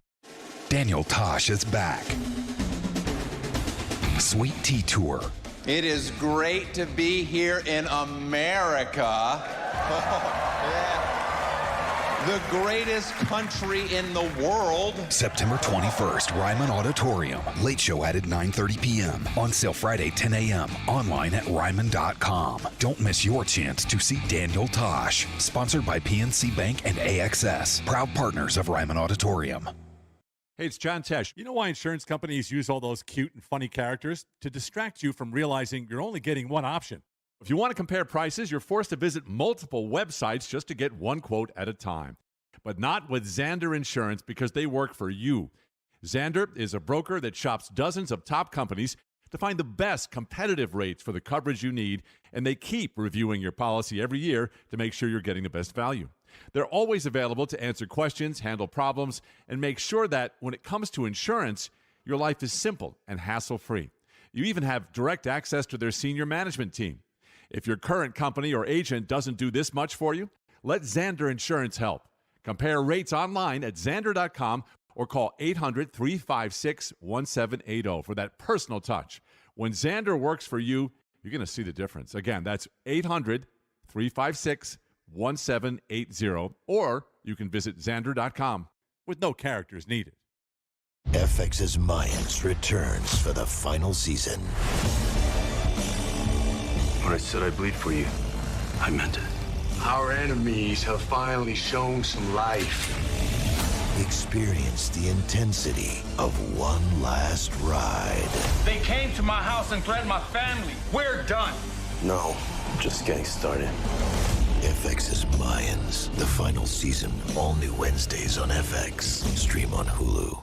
Catch all the NASCAR action this weekend on 102.5 The Game, Nashville's racing station, brought to you by Richmar Florists. Catch the action Friday with the NASCAR Truck Series, then Saturday the NASCAR Xfinity Series, and the Ally 400 Cup Series Sunday. Richmar Florists, Pennsylvania built, Tennessee strong. They talk sports. Is he going to try and move somebody like Duchesne? Is he going to try and move somebody like Johansson? I think that Traylon Burks looks very confident out there. They talk life. I'm being nice. Chill out. I threw the empty cup into the garbage can. But most of all, they have a good time. Oh, yeah, we're ready.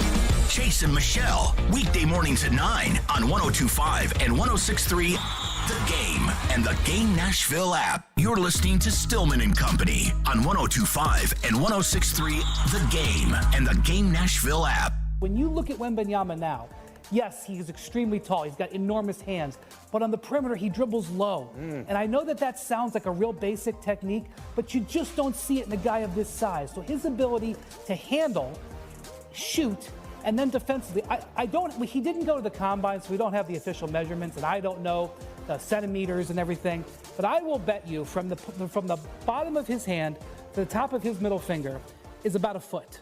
Okay? If it's not 12 inches, it's 11 point something, okay? Yeah. And so what this enables him to do, not only has he got this pogo stick of an arm, he's got this enormous hand. So I'm telling you, starting in Summer League in 2 weeks, there will be players who are on the court with him, and they're going to be like, okay, I got an open jump shot, and he will come and he will block their shot, and they will say, where did he come from? Because he will be 20 feet away.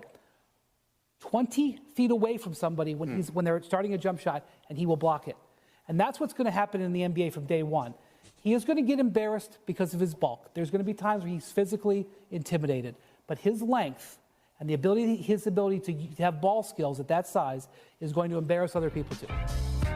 Yeah, that was Brian Windhorst on Victor Wembanyama. The NBA draft follows us immediately right here on the program. Let me just say this. I am not an NBA expert. I never have claimed to be, though I do, know a lot about the history of the NBA, and I like the old NBA a lot more than I like today's NBA. Although I can find myself at times getting into the NBA, I weave in and out my interest level. I barely watch the finals. Make of it what you will. Victor Wembanyama is going to be the number 1 overall pick by the San Antonio Spurs. And I am just going to tell you, when it comes to Victor Wembanyama, I'm buying the hype. I mean, I think that this guy is a 7'5" version of Magic Johnson meets Tony Kukoc. I mean, I think 7 foot. I watched some of the highlights of this guy in France, and it's like a regular-sized guy drives the lane, he goes up, and Wembanyama blocks his shot, and he doesn't even jump.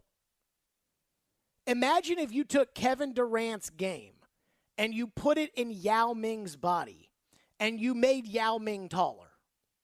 Like, that's what I think is going to happen. Wembanyama can shoot the three. Wembanyama can handle the ball. Wembanyama is an excellent passer. Wembanyama is going to an excellent coach in Greg Popovich.